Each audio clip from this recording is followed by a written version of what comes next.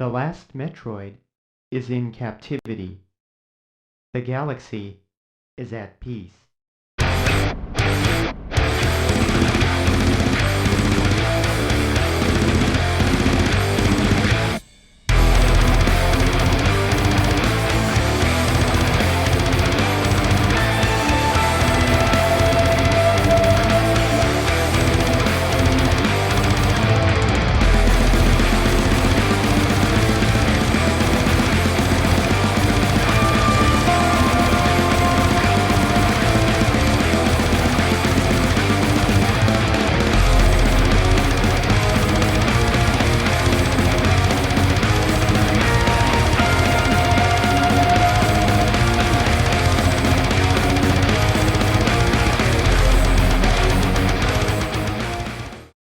Ladies and gentlemen and non-binary buds, it's it's AJP, Andos for short, and I am joined here today by YouTuber.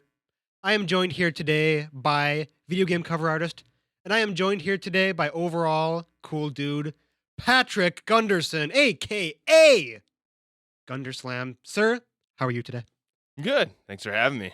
Yeah, I've been excited to do this project for you. I remember I pitched it to you after, I'm trying to think, was it October or November when I finished playing Metroid Yeah. Dread? Yeah, it was around the time Dread just recently dropped. Because I Mhm. remember you told me you got it and you just fell in love with it. Yeah, I was like, dude, this thing fucks. Like, and in my faves video, I was like, I just couldn't say anything other than this game fucks. And I Yeah. messaged you like, dude, this game's so good.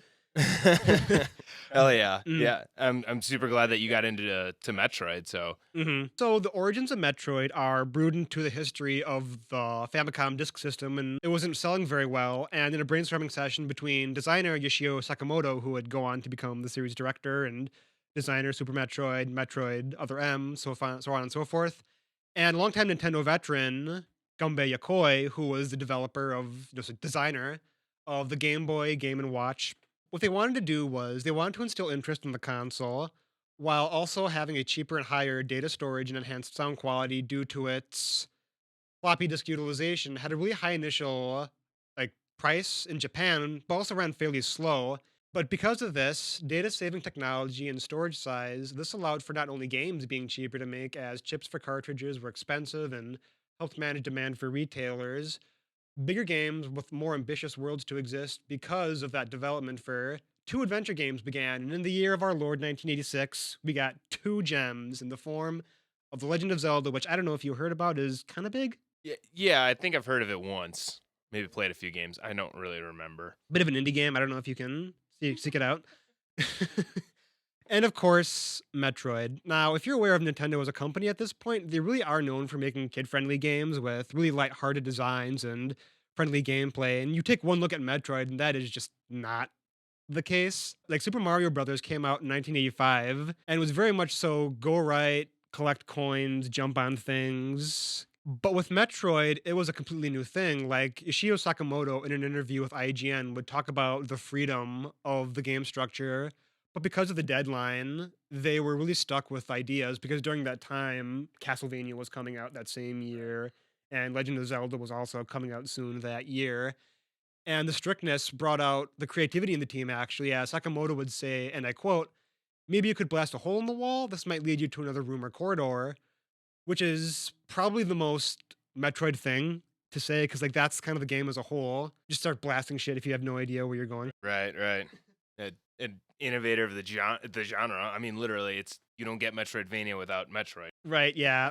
It's interesting because like many games like go right, but you could like go left and you could like backtrack from things. Right, and that's like the big mind blowing thing from Metroid. Like, go left. That's the first thing you're supposed to do. And I remember playing Metroid the first one for the first time, and that still caught me off guard, even though that was like the second or third Metroid game I'd ever played. I was like, no shit, it's not like Mario. You go left. Right. Like Wild concept. that's so baked into like early games where you're like, oh, I just gotta go right and just keep going and don't stop. But no, you have all this like freedom to go around. So now here's where I ask you a question. Here's the first of our questions. As a creator yourself, this pressure to like have a deadline and to like perform in a certain amount of way for a certain type of media or a game, do you think that limitation breeds a greater sense of creativity in that I'm being backed into a corner and I have to find my way out creatively? And do you think that if there wasn't such a strict deadline that Metroid would be what it is today? Yeah, and from a creator standpoint, being thrown into a corner, it definitely has its benefits.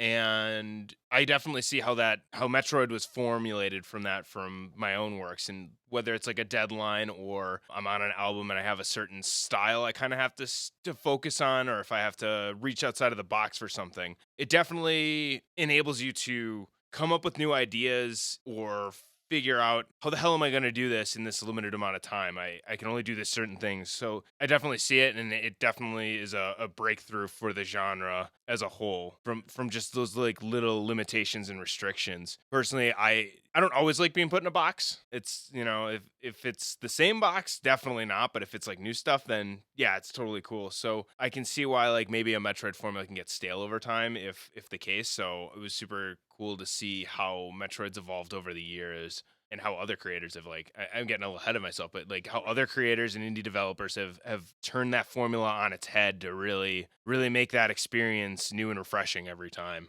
Hmm. It's interesting you mentioned that too, because I was doing some research on Super Metroid. And in an interview with Retro Gamer, Sakamoto was talking about the development of Super Metroid, where for a lot of people, they were like high school students or college students coming out of school, and this was the first game they worked on. And I remember that it was like really harsh deadlines were put upon them, and like they were sleeping in their Yeah. offices, and it like smelled bad, and they had like an air freshener in a certain place. Like, do you feel that even though that's a harsh and strict thing, that you'll eventually get something great out of it? Or how do you feel that pressure to make something big? There there's two sides to that coin, because yes, you can totally like push to get something great out of it, but like at the expense of humans like being exhausted. I don't think it's worth it personally, but we did get Super Metroid out of something like that, and it's awesome. It is one of my favorite games of all time, but could the game have been better? That's a plausibility if there was a little bit more lax to the development cycle, and I think video games now are starting to catch on to that, especially in Nintendo. Being Breath of the Wild was a pretty good example, because they kept pushing that deadline back and back and back, because they were like, well, and I think it's a Miyamoto quote, like you can Yeah, a rush game is eventually bad, a delayed game is eventually good, or something along those lines. something around that. I'll have to look it up. We'll just pull it up on screen or something, and you guys can make fun of me in the comments. Yeah, definitely. Fact check us in the comments, please. So another thing I think is really incredible about the development of Metroid, taken into the context of 1986, 35 years ago, 35 plus years ago, is that exploration as a gameplay feature with action elements wasn't being made at all. Like, games are being made with one audience in mind and one game, one genre for that audience. On top of that, the world of Metroid is pretty uncomfortable. You look at the world of Super Mario, you look at Zelda, oh, it's bright, it's colorful. Everything wants to kill you.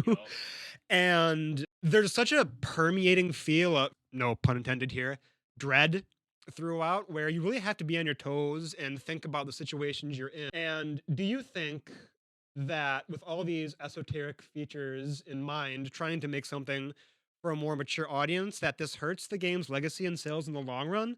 Like, you look at the sales of every Metroid game, and at best, they barely scrape the top 20 in terms of all time sales, with the highest selling title being Metroid Prime, selling 2.84 million copies, compared to like the highest selling games in the forums of a Mario or a Zelda, where it's like 20 million, 30 million, 40 million, what have you. I would categorize, because of this, Metroid as probably a C tier franchise in the eyes of Nintendo as like a business standpoint. Do you personally think that this decision to be more mature and be more difficult led to below expected sales, or do you find that matters in the long run? Yeah, I'm sure it hurt, considering Nintendo's marketing is typically towards kids and stuff.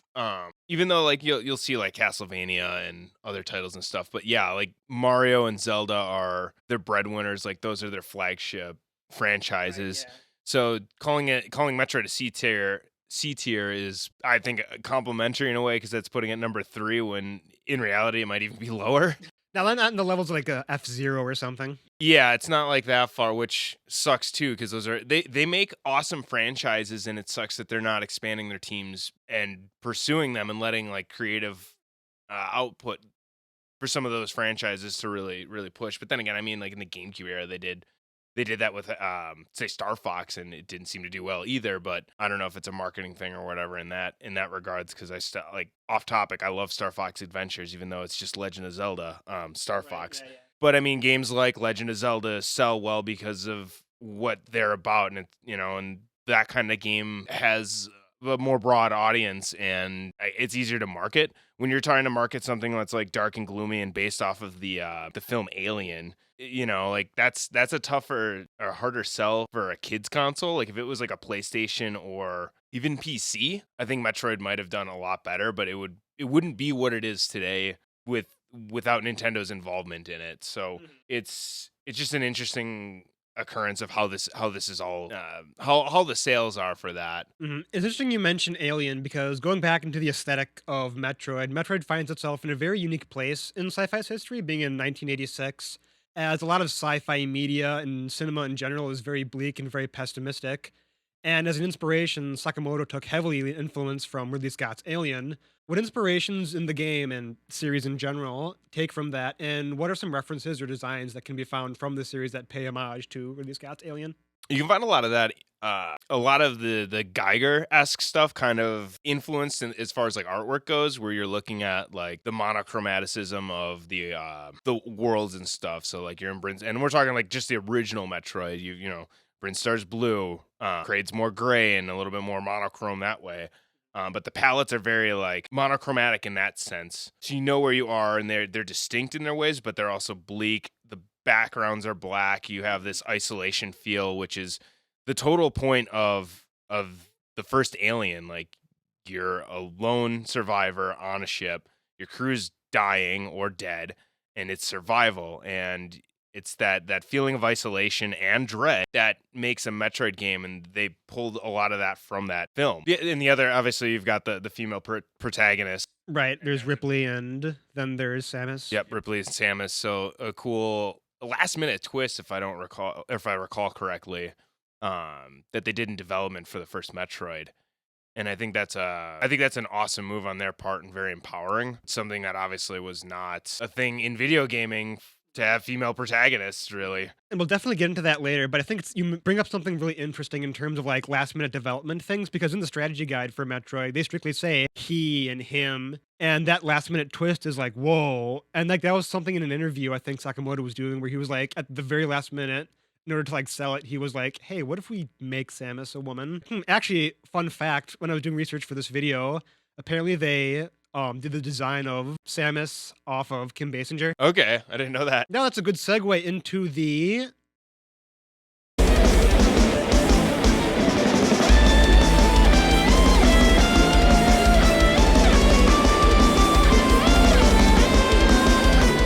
story, characters, and world of Metroid. So now that we have a brief history of the development, let's talk about the world of Metroid, the setting, the characters, the lore, etc. Now, without getting too deep, in an abridged fashion, what is the overall story of Metroid? What's going on with these Metroids? Who is this Metroid? Who is the main character of Samus Aran? I don't know how I missed talking about Metroid and Alien, how there's a direct relationship between the aliens and the Metroids. Like that's their I should have talked about this later, so I'm kind of backstepping. So, but yeah, that's another Alien rip that. Not rip, but inspirations, the life-sucking force that is the Metroid. But yeah, the overarching story of Metroid is Samus is an adopted, I don't know if you want to, adopted human. Well, she's adopted by the Chozo because her planet was destroyed by space pirates. And a lot of that lore comes from the manga. So that's something that the States did not get. Metroid Database did a translation, though, and that is something you can look up. They'll have it there. Yeah, any new fans, definitely check that out. But yeah, she's an adopted human by the Chozo, and infused with Chozo DNA, has become a bounty hunter. She's sent to exterminate the Metroids.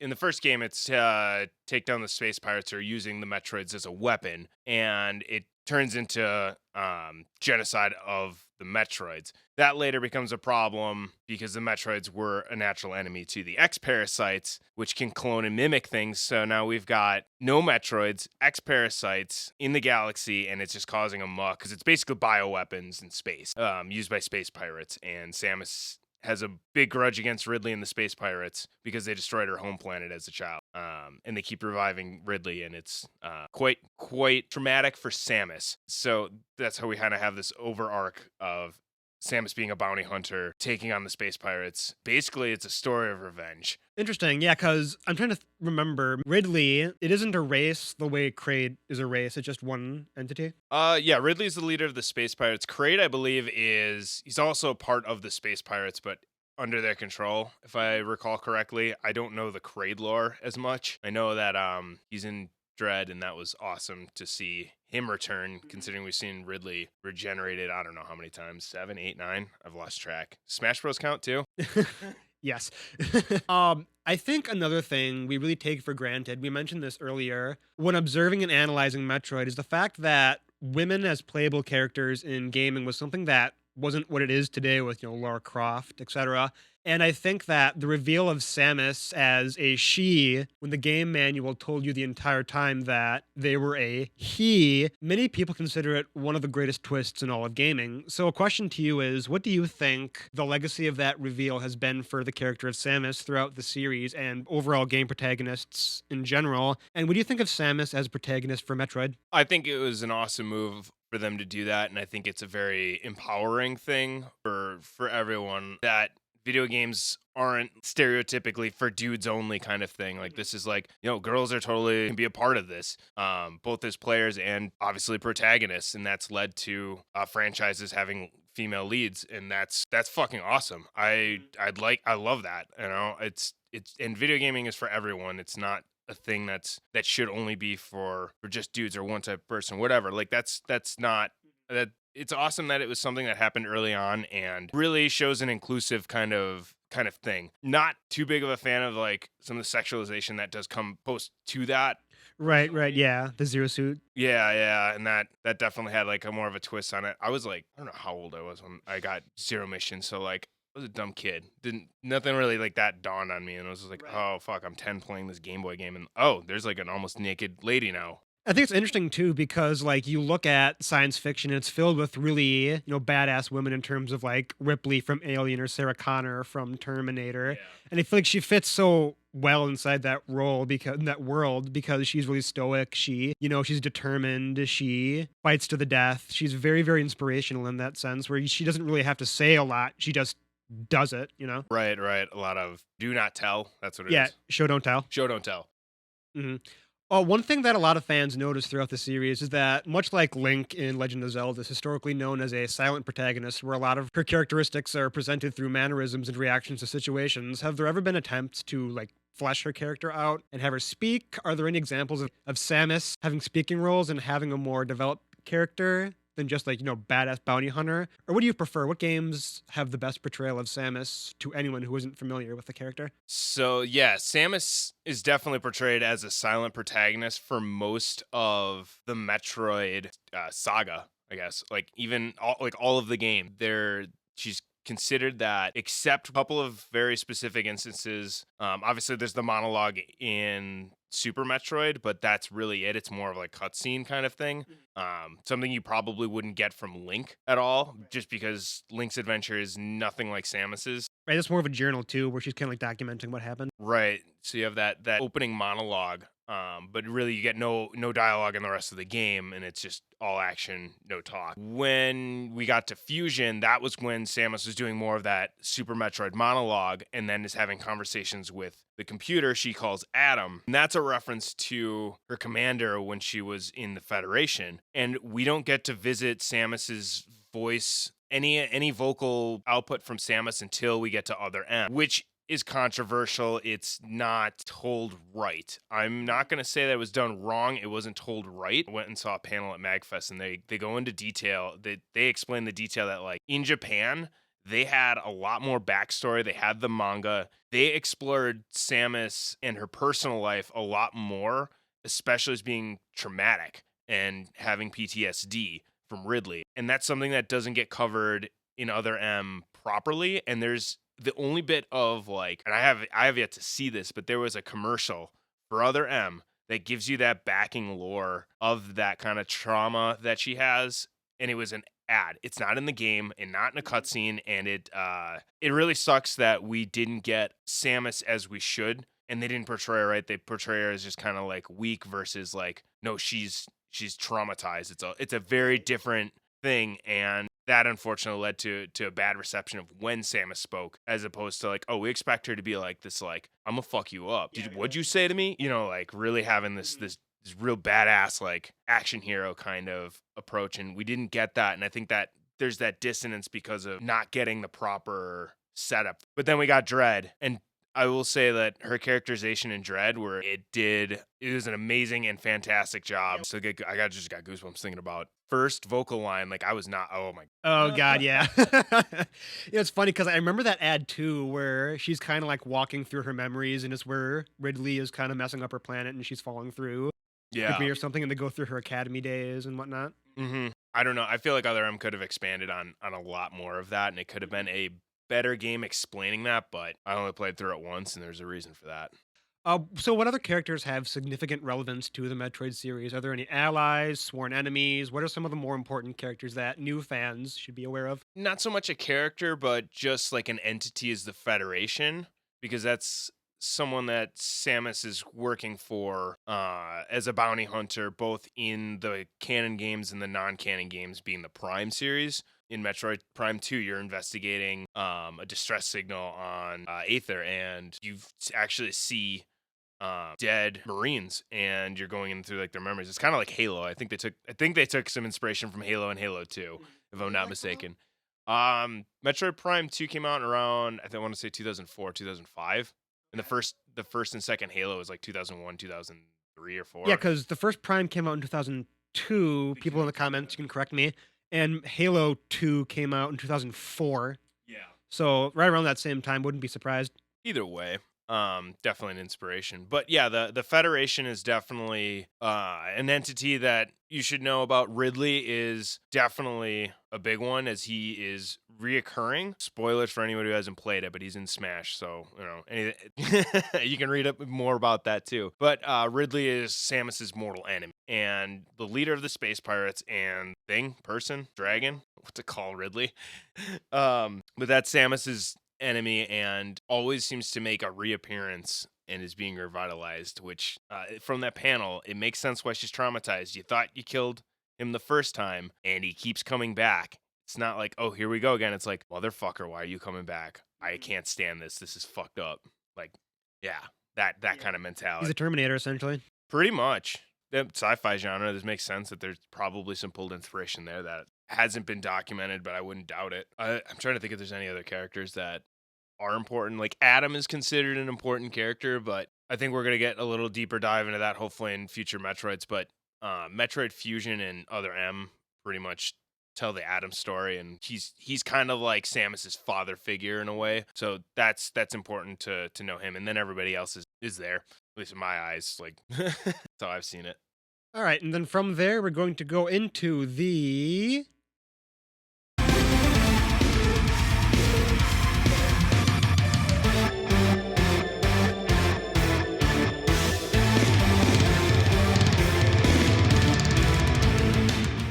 gameplay of Metroid. All right, enough of this build up, enough of the story. Let's get into the meat and potatoes. Let's talk about the games. So, first thing, I'm interested in the theme of Metroid as it stands to me as someone who is a casual fan. A lot of Metroid has the theme of survival and exploration. What genre of game would you categorize the series as? Since you can't use the term Metroidvania to describe this, because well, it's not Castlevania, it's Metroid. It's like an exploratory action adventure game is the best way I could describe it.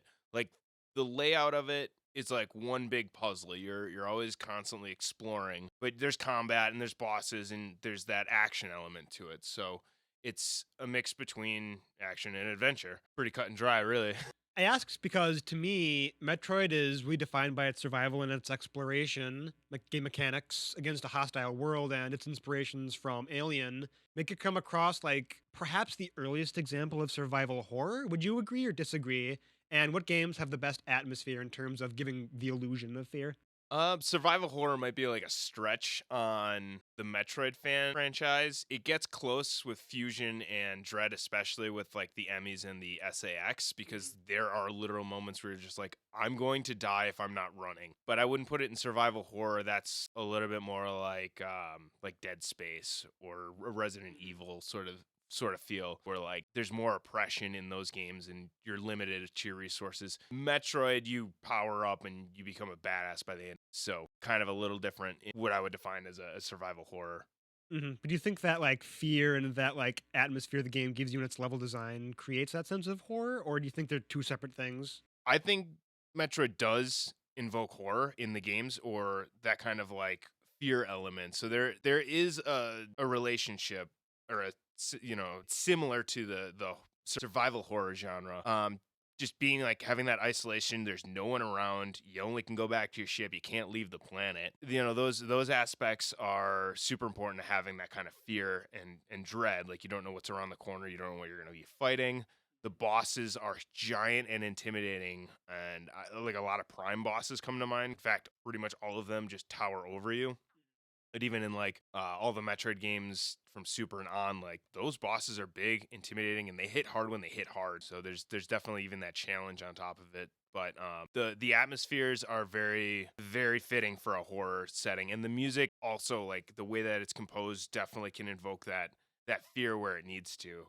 Interesting. Okay. So, on top of the survival and exploration of Metroid's gameplay mechanics, one thing I noticed when playing Metroid Dread and Super Metroid is that a lot of games are about getting stronger through your power ups. And while Samus does get stronger throughout the game, it's more geared towards you being not being overpowered, but having the right tools to survive. Would you agree or disagree?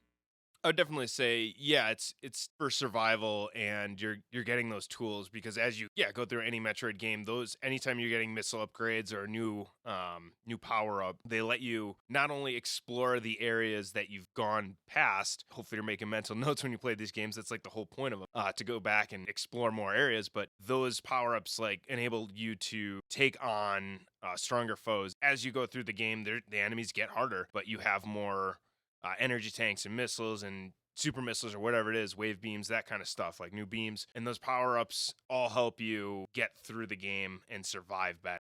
Right, or like the hardest difficulties, what have you. Right. Like recently, as we're recording this, Dread mode came out for Metroid Dread, which is like one hit kill and you're done. Yep. And I think that's fantastic that they're doing something like that because it's a real challenge. Like that game is doable like that. Clearly, we've seen people do it. They're posting it, and I'm just like, holy crap. Like on a page that I follow, like there was someone who did like 2 hours and 43 minutes of the Dread run. I was like, what is going on? Yeah. There's people doing 0% and stuff. It's wild. Yeah, so crazy. So, what games in the series do the best in terms of making you feel like you're getting stronger, but also balancing out the enemies and challenge to make it feel like you're only strong enough to survive? I would say, I mean, like all of the games do that. The one that I think it's hard to judge which one's going to be the best. I'm going between like Super Metroid and Prime. Those definitely make you feel really powerful by the end of the game. Like you're running around, you have shine sparks, you've got plasma beams, power bombs, all staples of the franchise because you'll find those in every game pretty much. I can't say Metroid Prime 2 though. So I think all the games Metroid Prime 2 though no, those bosses are hard as hell. They made that game hard, and that's on the normal difficulty. Right. So, like, it doesn't matter like what type of upgrades or abilities you have. You're gonna get your There's definitely a challenge curve in that game that's a little bit steeper than Prime or Prime 3. Prime 3, I didn't find that one as challenging as Prime 1. But I didn't feel like the power-ups also like scaled with making you feel a lot more like empowered. Prime definitely does a good job with that. Super Metroid does a really good job with that, especially at the end of the game. They're just like, all right, let's go. We're gonna give you we're gonna give you the hyper suit or whatever it is.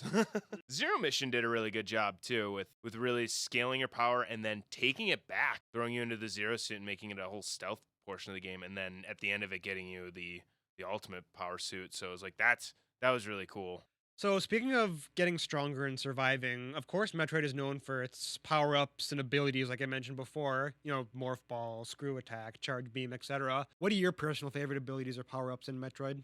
I'm a big fan of the screw attack. That is one of my favorites. Just to become a ball of unstoppable energy, tear through everything. You've got the space jump. You can reach the highest chasm, like mountaintop, doesn't matter. That's so much fun to do in Dread, by the way. It is so fun to do in Dread. I was surprised, and that is one really awesome thing that they did throw in Metroid Prime 2. For the 3D series, they didn't do it in 1, but they did it in 2. And getting Screw Attack, you're just like, no, how the hell are they going to do this? And they did a really good job implementing the Screw Attack. It's a little bit more limited, though, in that game. You only get 5 consecutive jumps with it, and then it's done. But I mean, for a 3D game, like, you only have so much you can really do. So I understand developmentally wise. If they did like an open world Metroid game, that's probably a different that would be a different approach to the Screw Attack for sure. But yeah, no, that's probably my favorite power up on it.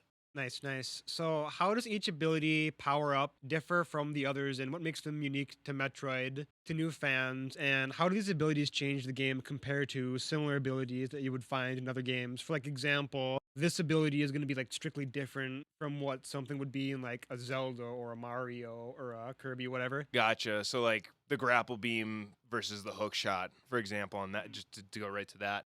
Obviously the grapple beam has similar properties as the hook shot, but they didn't implement it as a weapon until Metroid Prime 3, and I don't think it's really a weapon in any of the 2D games because I don't think you can't use it as a weapon in Dread. I've never actually tried it on an enemy though.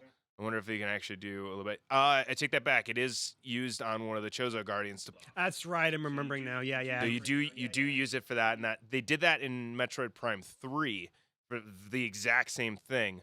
But like the hook shot in Zelda is used as a weapon, and it's a navigation tool to get you to higher planes. While in Prime, it's less of a weapon and more of a navigation tool. You can move blocks around or clear a gap or something like that. Like I mentioned earlier, like the Screw Attack is different in the 2D and 3D spaces only because you're limited in 3D what you can do with that power up that lets you just ball of destructive energy. And the spaces are a little bit more limiting. Yes, there's secret doors and stuff to blow up and find, but it's not like Metroid where like 2D Metroids where you can go around the room and shoot the ceiling. God damn it, shoot the ceiling to get through that room. Do it. Just do it. Don't bitch at Nintendo because you suck at this game. You know who I'm talking to.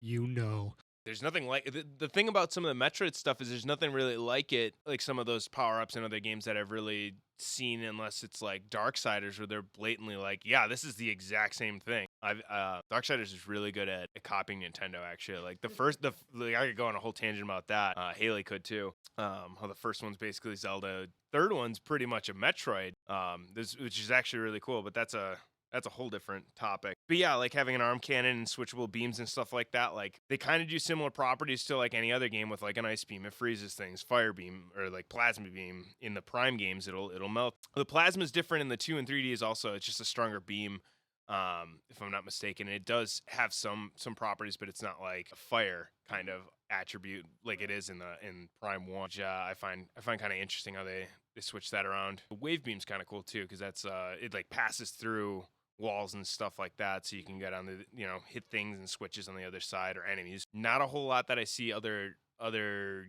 games do that. I'm sure there are. I've never played any of the Mega Mans, and I'm sure that there's a lot of similarities in like arm cannon similarities between the two games that way. And of course, missiles are missiles. That's a pretty standard. Anything from Star Fox to Metroid to whatever, like a Call of Duty even. So then, what games or game has the best power-ups abilities for you? Like, what games, in terms of everything that it gives you, how is that used the best? What are the best abilities? What are the best weapons? In which games do you feel like you're the most powerful and you have, like, the coolest stuff? That's a good toss-up, because I'm a big fan of Super. And Super had, like, a ton of power-ups. Like, and I played Super after I played Prime. I played, I think, Prime Fusion, Prime 2 and Prime 3, and then I went back and played Super. Yeah, I played Super way later, like I think 2011 was when I played it. So, and like that blew my mind that all of these power-ups and stuff were in that game prior to those games, and that kind of like set the bar real high. Like this has like everything, and when you get to use all this stuff, it's super awesome. I'd almost say Fusion, but Fusion I think falls just a little bit short. Mostly because you are being hunted by an SAX the entire time. And while there's, once you play it, there's certain sections where it actually is there. It's not like hunting you in the environment the whole time, which would have been crazy if they did something like that. And I would love that. And I thought Dread was going to be like that, where it's like, once it's open, you're on your toes the entire time, but they put them in sections. Yeah, That took it away just a little bit for me for putting Fusion above Super. But I might even say Dread. I'm in a toss up between Dread and Super just because the power ups in Dread are awesome. They did some really cool moves and stuff. Like I like the diffusion bombs. That was pretty cool. The shine sparks in that they've never been easier to pull off. Like I've had such a hard time with spine shanking. Jeez, Spine sharding. shine sparking, spine sharding. Yeah, shine sparking in Zero Mission and Fusion because you're doing this on a D-pad and you have to like do it really precise. This gave you a little bit of leniency. It gave you a little bit of lenience with being able to execute the shine spark. And once you get like in a habit of seeing where you can do it, things opened up a lot better, and it wasn't as crazy as some of the puzzles like in Fusion or Zero Mission that I'm just like, holy crap, why did they do this? Same with Super even, and I can't even say I've done all of them. But yeah, no, I was able to 100% Dread, and I think that might actually have the best. No, kind of a little bit off topic, but you mentioned something in which like the Emmys would chase you around. Like, imagine like how crazy would it be if like they made that game, but like the Emmys were like a Mr. X or an Alien in Alien Isolation, where it's like it's just randomly there, and if you are in there, like you really got to think on your toes. I really was hoping that they were gonna pull a Metroid game that did that. I don't know how they would personally because you still have that like exploratory Metroid thing you're trying to do, and it definitely would be a nuisance if you're like, oh, I'm trying to figure out this puzzle. You go through a door, it's just right there, and you're just like, oh fuck, now I gotta fight this thing or run away from it. Like, Yeah. it would probably disrupt the flow of a Metroid game to do that. So like, I don't think Metroid could do it as a mainline game. I think they could do it as a spin-off or a non-canon release. I think it would be really cool to see Metroid basically enter the actual survival horror genre, which is what I thought Dread was going to be, but I'm not disappointed either way with with what we got. Right. No, not at all. Like, would you think that would work best as a third person or like a first person, or how would you see that happening? I think first person because that just adds a little bit more immersion, and I mean first person horror is definitely terrifying because you are in the character's shoes. You cannot see around you. You have to physically turn to look at something. You have to go around a corner. You know, like it's like those little bits of things that like get taken away from being in third person that add that much more to like a horror aspect. So, on top of abilities, you also have different suits and armor that can be discovered, whether it's the classic Varia suit, Gravity suit. For new fans getting into the series, how do these suits change the gameplay for Samus?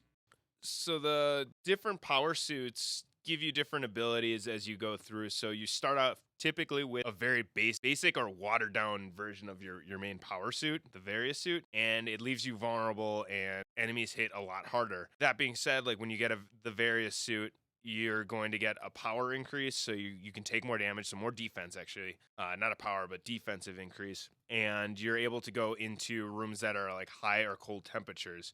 So that's the other advantage of getting that first suit. That first suit gives you that extra boost you need just to progress into the game. Then like the gravity suit that lets you traverse water a lot better, and like normal, like you're not slowed down by it. You can use all of your abilities and jump completely normally in water. Other M did something actually pretty cool with the gravity suit because there is a gravity manipulation part of the game.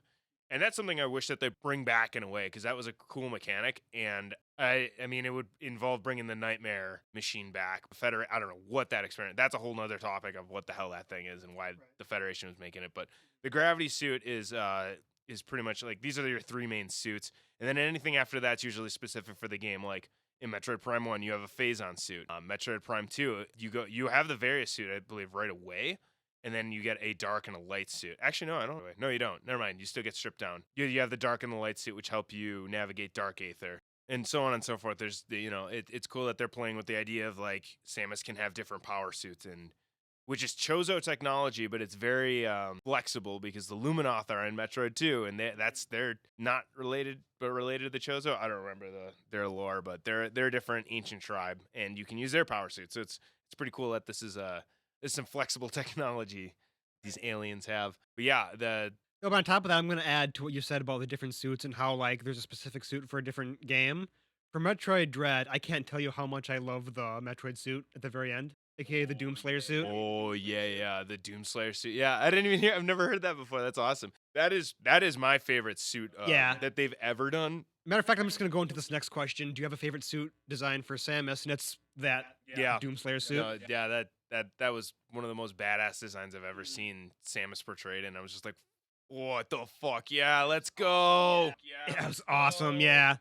Although I have to say that one of my criticisms of that suit is that you don't wear it a lot. Like you have it at the very end of the game, and then you just lose it. I wish you had like a section where you're like fighting a boss and you wore it. Make it so much more cool. It would be, but I mean, they made that thing just literally to overpower everything. It might make like I hope it makes an appearance again because there was a problem. Like they entered a plot point with the problem of that suit because Samus is now her Metroid DNA taking over, and it's like she has the life sucking force built into her.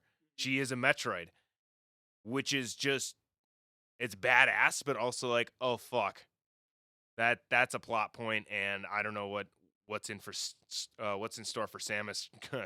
Especially with the Federation, they're probably gonna see that and be like, "Oh, not all the Metroids are dead. We have to kill you, Samus." Yeah, just have like a fight for survival against like everyone. You have the Federation, you have the space pirates. It's like John Wick. Yeah. So then, of course, Metroid is also known. Okay, this is where we're going to get probably our biggest discussion from. Of course, Metroid is also known for its enemies and boss fights. Metroid has some really legendary enemies to fight, and a lot of them throughout the series. To you, what types of enemies can new fans expect from the series? Is there a specific enemy that's your favorite to fight? And are there common enemies that show up a lot in Metroid? There's definitely a lot of common enemies that you'll see, and if it's not the same one, there's going to be a very similar thing. Like you've got your wall crawlers, you've got your annoying bats that come down and attack you, your flying enemies and stuff. But as far there's nothing. There's a lot of common ground between enemies that does get shared between all of the games. Like the space pirates typically make some kind of appearance in one form or fashion or another. Especially the Prime games are totally focused on those guys, so you'll see them there. But as far as like a favorite one to fight, that's a good question because I don't like the enemies. Metroids are definitely something you will fight in the earlier games, and even games you don't think they're going to be in, they'll be in. They're my least favorite, I can tell you that, because they're terrifying, blood sucking, energy stealing parasites. So are the X. As far as like a favorite enemy to encounter and fight, I can't say there's maybe the elite pirates in the Phazon Mines and Metroid Prime are fun to fight once you get the hang of it. They're like mini bosses almost on their own. But no, I can't say I have really a favorite to fight. Oh, I have to say that I think the Chozo warriors in Dread are pretty fun because those are basically like Dark Souls mini bosses, but you have to like parry at the right time, and it's like a one-on-one type thing instead of just a giant enemy. It's kind of like you and something that's similar to you, kind of going. Oh, sure. I thought we were talking more like just generic enemies versus like mini bosses and bosses. I mean, enemies and mini bosses, yeah. Sure. Those are fun though. Like I don't know why I wasn't excluding that, or why I was excluding that, but yeah, those are super fun. Yeah, like Dark Souls or in my case Hollow Knight. I've never played Dark Souls. Right, or even like a fighting game where it's just like you're equally skilled, and it's just like who has the will to survive.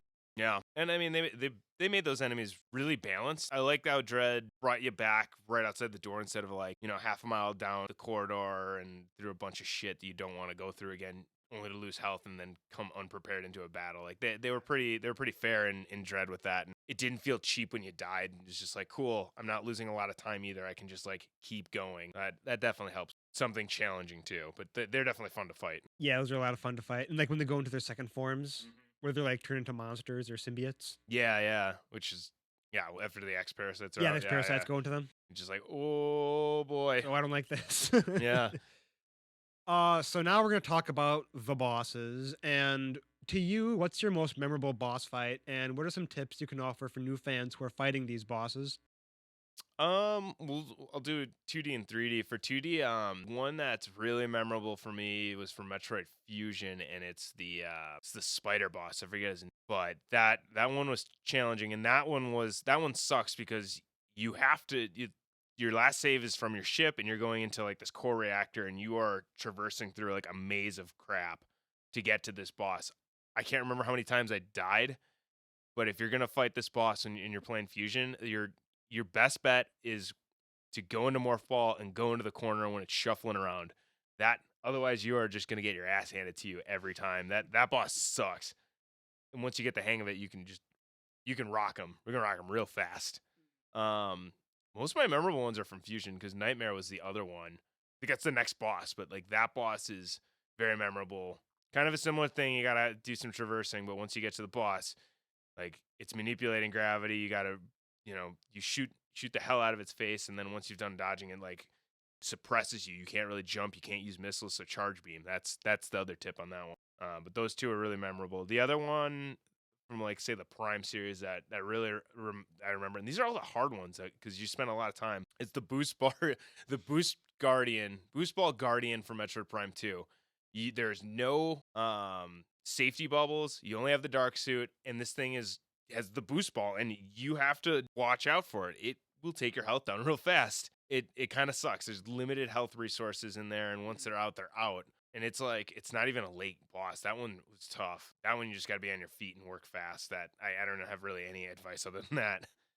But those ones are definitely memorable as far as like being challenging. Right. Like, as opposed to, like, this boss was fine, this boss was a little hard, this one is just going to mess. Yeah.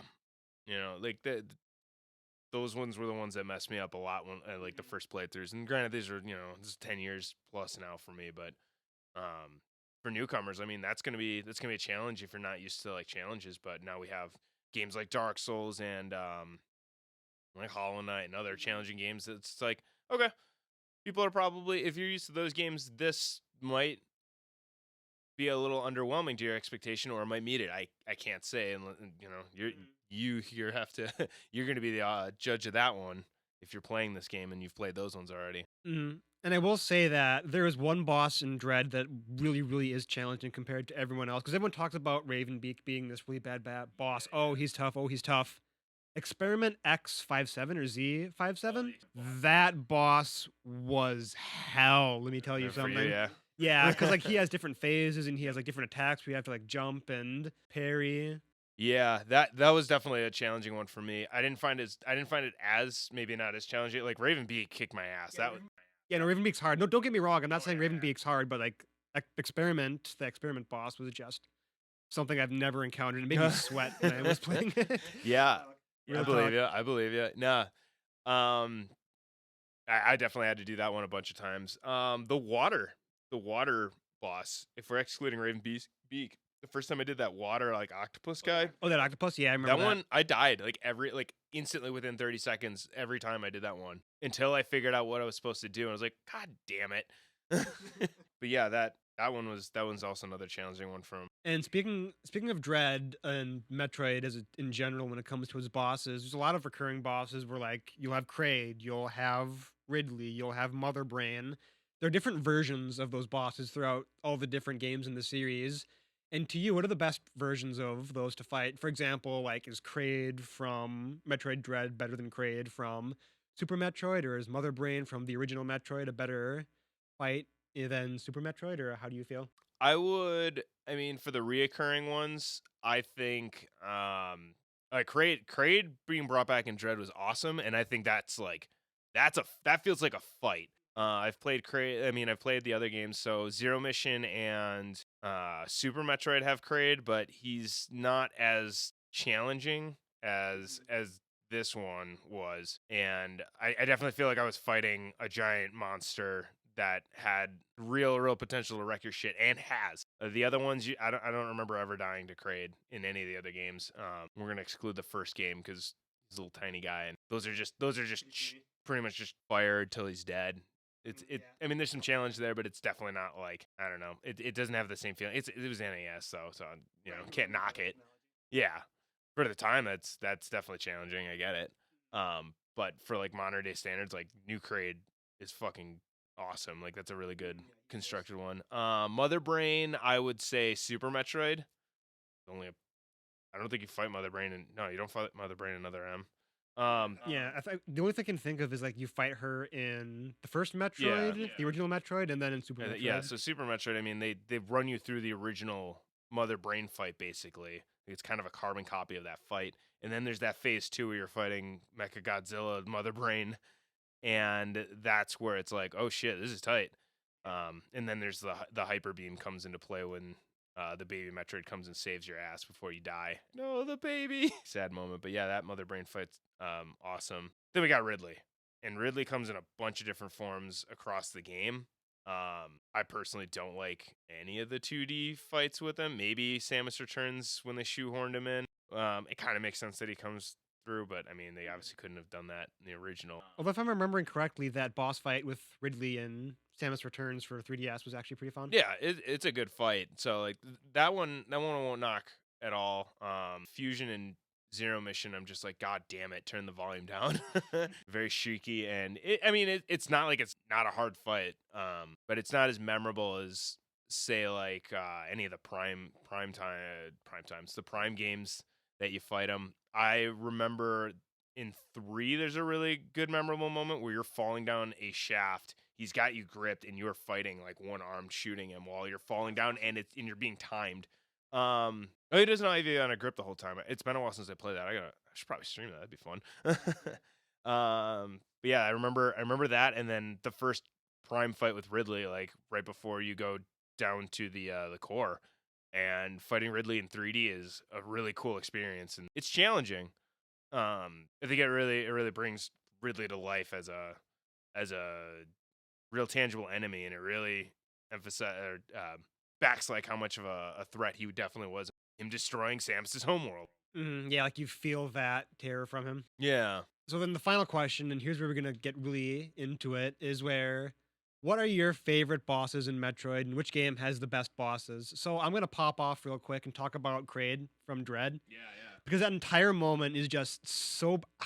I could gush for hours about that boss fight because it says so much without saying anything. Where it's like that moment where Kraid sees Samus and Samus sees Kraid, and the first thing that she does is just square up, charge her beam, and be like, "Motherfucker, not this again." Yeah, no, there's definitely that show don't tell in every mannerism that's going on before and after that fight. Because I remember like you beat Kraid, and then he does one mad dash for the whatever the hell is belly button spike thing, and she just like turns to the side so fast, and you're just like, whoa, that I still get goosebumps. God damn it, it's so awesome. So yeah, I feel you on that. Yeah, like she was almost expecting it. Yeah, that's such a great boss fight because it's just so much storytelling in there that doesn't say anything, but like you can feel the history between those two. Right. It really shows. And Dread is an awesome game and one of my favorite Metroid games because of how they're doing all the storytelling like that.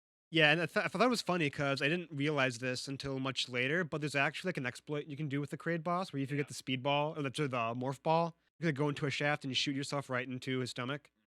Instant kill, which is I didn't know. I was watching some videos and some speedruns, and they show that, and I was like, no shit, they really did think about it.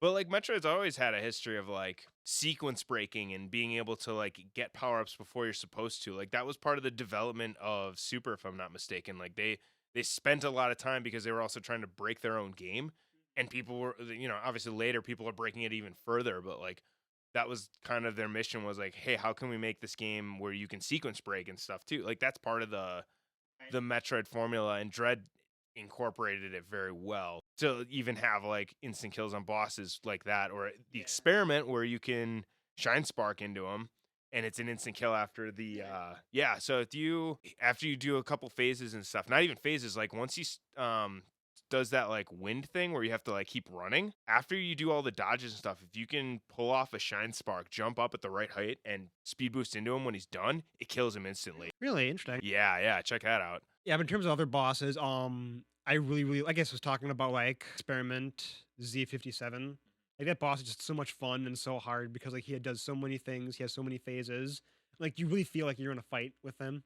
Yeah, no, they did a good job choreographing that fight and make it feel super challenging, but very rewarding when you get it, especially when you get those cutscenes too that switch the really cool. You go into those cutscenes and like it's a quick time event and you have to like dodge and parry, and like he has all these beams and slashes, and like jumping at the right time and being able to hit something on him is so satisfying.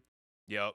Yeah, they did a lot of that in Dread, but like that fight feels really cool when you, especially you go back in and you're moving around over the lava and shit. Super fun. And of course, Ravenbeak's a lot of fun. Ravenbeak is a lot of fun. Yeah, like when you really like understand his patterns, you can really have a good time with him. Yeah, it's so much fun. How many times if you can remember, how many times do you think you died fighting Ravenbeak? Oh my god. I gotta say, like, maybe 10, 15 before I really, like, understood, like, his patterns.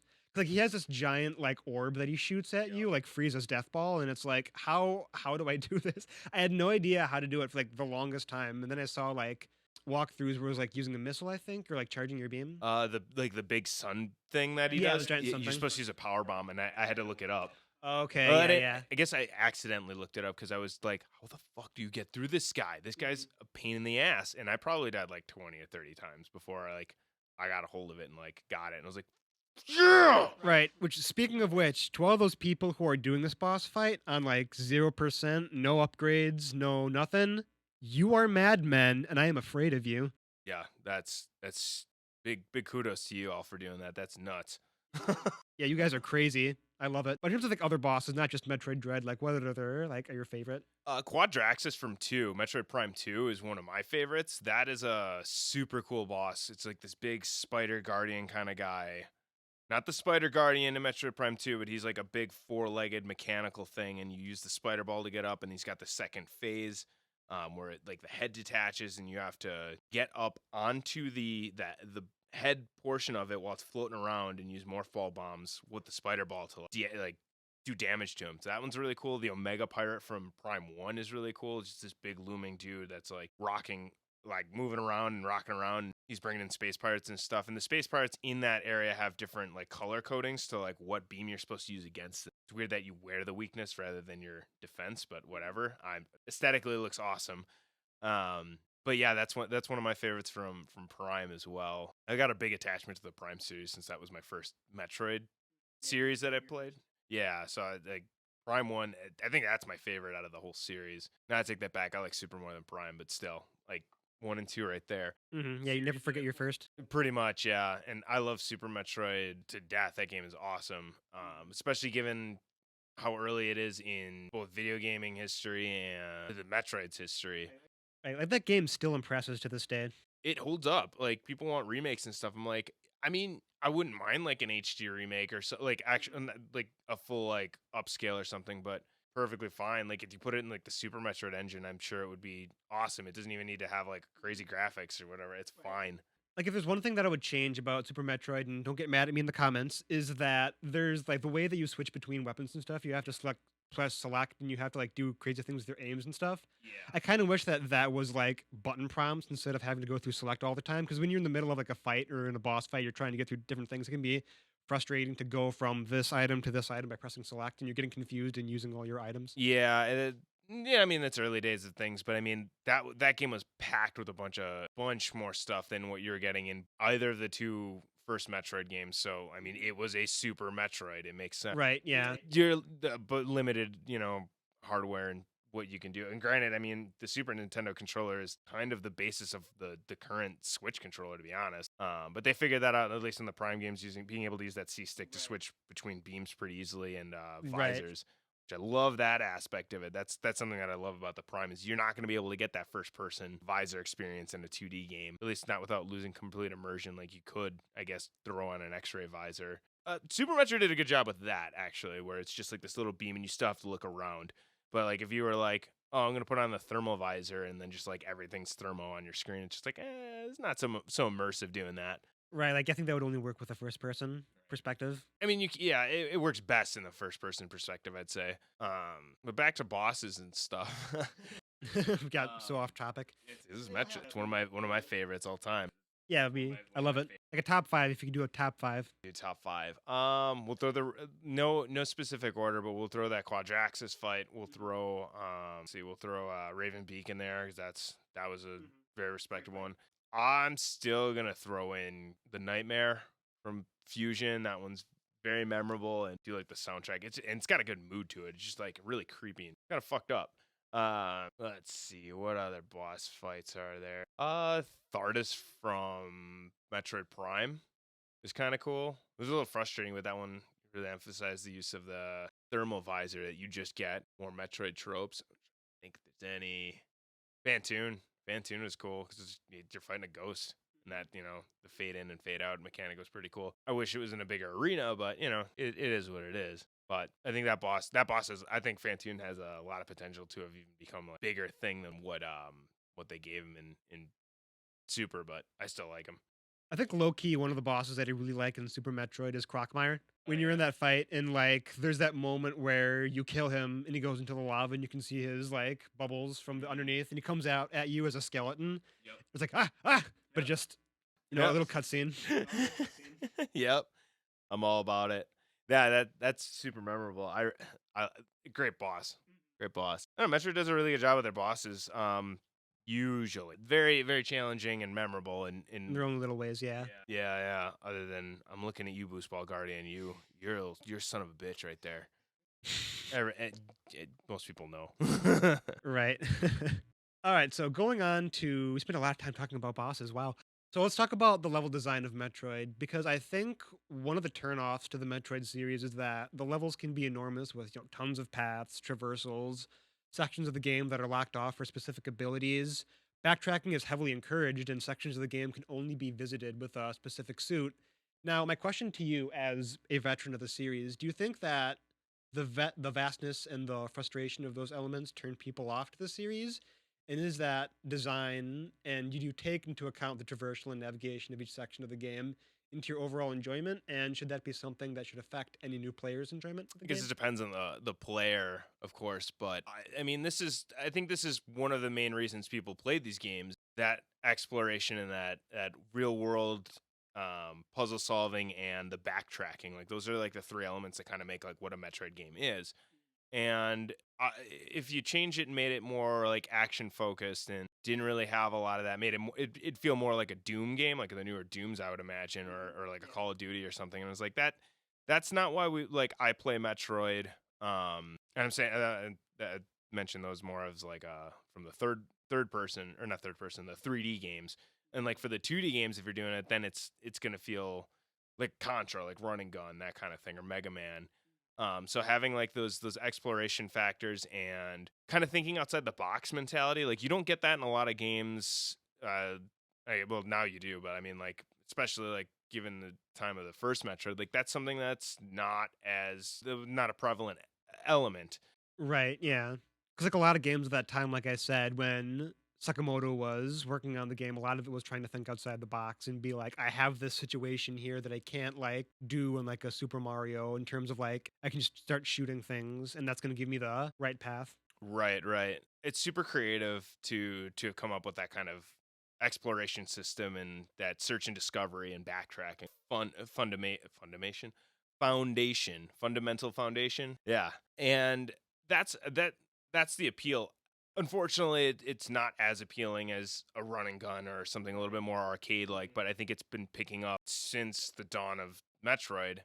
And obviously with Castlevania and in more recent, like the more recent decade, indie developers making Metroidvanias of their own, taking the formula itself and making it their own. And as that's obviously gained its popularity, it's a snowball effect. So Metroid wouldn't be what it is if it didn't do what it did, and it should always stick with that. And I think the audience is broadening, and people are enjoying it more and more. Yeah, because it's interesting that you mentioned that because earlier I talked about how that kind of esoteric feature of Metroid of like exploring and trying to think outside the box being a limitation towards game sales. Do you think that since the series is kind of, evolving from what it was to like what Dread is, what Dread's going to be coming, do you see that as like an uptick in sales and an uptick in fandom? I think it's going to, yeah, be a huge boost for Metroid as a whole. I mean, the fact that they announced Dread and we saw a community literally like light up like brighter than the sun when that happened. Like I still watch that reveal. Just it comes up in a video I watch and I just see the Dread, like Metroid 5 and then Dread, and I still get goosebumps. Like that it's already out. There's no reason to be that excited. I'm still that excited for a game I thought was dead. That has to be maybe one of the greatest reveal trailers ever because it's like, how rare is it that you get a trailer, it's real, and it's also coming out in a couple months? Right. And that's And there was gameplay afterwards. yeah, no, there's exceeded all expectations, but also it's just like don't ever do that again to me, Nintendo. Like I mean, I can't say like if the next E3 or whatever I see Banjo 3, I'm gonna shit my pants because I'm like, dude, that's been something I've been waiting for over 20 years, and nuts and bolts is not Banjo 3E. It's nuts and bolts. I think Metroid's headed in an excellent direction and is gaining an even bigger fan base more and more. The one thing that kind of sucks about that is that Nintendo's accessibility to older games is really difficult. Uh, and it really sucks. They're like, hey, we got this new Metroid game. How the fuck is anyone going to play any of the old ones? Like, you can't play Fusion unless you have certain versions of like it on the 3DS through promotions or the Wii U. So good luck there. I have it, but man, I have the physical cartridges. But like, unless you have those, you really can't play them. Like, you have to have a Wii or a Wii U to play the Prime trilogy, and it's going to be with the controls. Like, having reissues and re-releases of games post Super Metroid it's tough. Like, you have to play the remake of 2 if you want to play 2. And honestly, you should play that because 2's like the original Metroid 2 is really clunky. Right. I think it's funny that Nintendo's like that because you see how like companies, for example, Capcom will like remake Resident Evil or like companies will remaster stuff. Like when Yeah, I'm looking at you, yeah, Skyrim. or Skyrim or Grand Theft Auto. Sorry, 5, Grand Theft Auto 5 on the Mhm. PS3, PS4, PS5. Yeah. Nokia TX calculator. Yep. But yeah, Nintendo's really weird about like how they release games in terms of like remastering them and remaking them.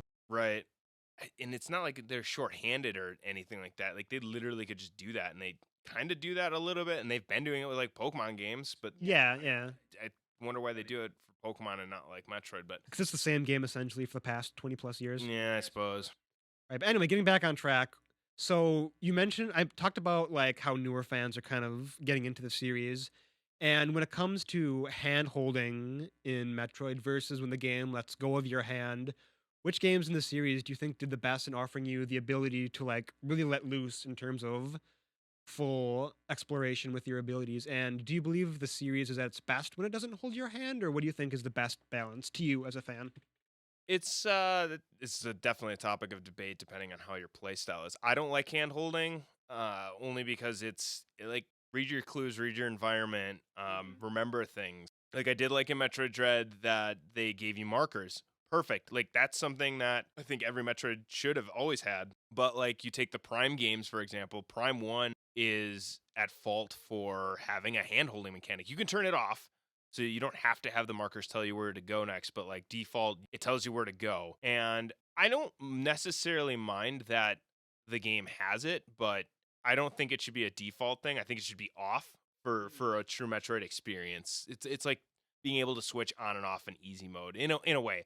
Doesn't make Metroid Prime any easier because that game has difficulty spikes for sure. And I see those spikes like when I watch people play like the first one again. I'm like, yep, you're going to phase on mines. You're going to have a hard time because they do not prep you for that at all. And then they like don't give you save stations. They fuck you in that place pretty bad. Right. And just to interject for a moment, I will say that I think Dread does this the best in terms of like it's slowly holding your hand, but in terms of like you're getting new abilities. So you get to a section where it's like, oh, I can't go there. What if I grab this? Right. You can go through there, then you can find another ability that gives you this. And then it's kind of this, constant stream of getting things so you never once feel lost. Like I can't think of like my whole hand. I can think of the times that I got lost in that game. Yeah. I've gotten stuck in some portions, but anytime I got stuck, I would just run around and go somewhere else and kind of backtrack and explore in Dread. So Dread is interesting because it's a linear game, but it does not portray itself as a linear not at game all. because there is a defined path pretty much of what order of operations you're supposed to go in as far as the main story goes. But it's maze like I like that. It still feels like I'm exploring. There's definitely plenty of like, hey, I have to come back here. I definitely know I can get stuff. I've gotten stuff early. Like, I think on my first playthrough, I got like 3 or 4 power bombs before getting the power bombs. And I was just like, you can't use this yet. Unknown item. I was like, what the fuck is this? But like, it's cool that a game lets you do that. Just and, unknowingly break it. Yeah. Super Metroid is the absolute best game in this series that tells you, well, I shouldn't say the best. Well, I think it's the best that doesn't hold your hand and just lets you play the game. The first 2 games are the same as well, but 2 is very linear. Like, there is a pretty, like, you're going in a circle. You start at the surface, you go down, you kind of go around, and then you're back at where you started.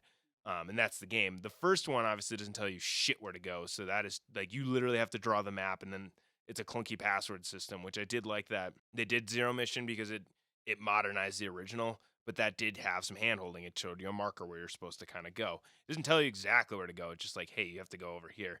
Not, in the newer Metroid games, obviously, like Dread doesn't do that necessarily. A little bit, but it's not hand holding by any means. I would not say Dread hand hold. No, not at all. Just the thing is that when you're like stuck on something, you're always gonna have like that item that's gonna be in the next room. So it's like, oh, I can't get through this. Oh, but right over here, I have like the power bomb, or I have like this type of beam. So like it's like the illusion of linearity or hand holding, but it's not hand holding because you have to use that item in a very specific way. And I'm glad Dread's did that.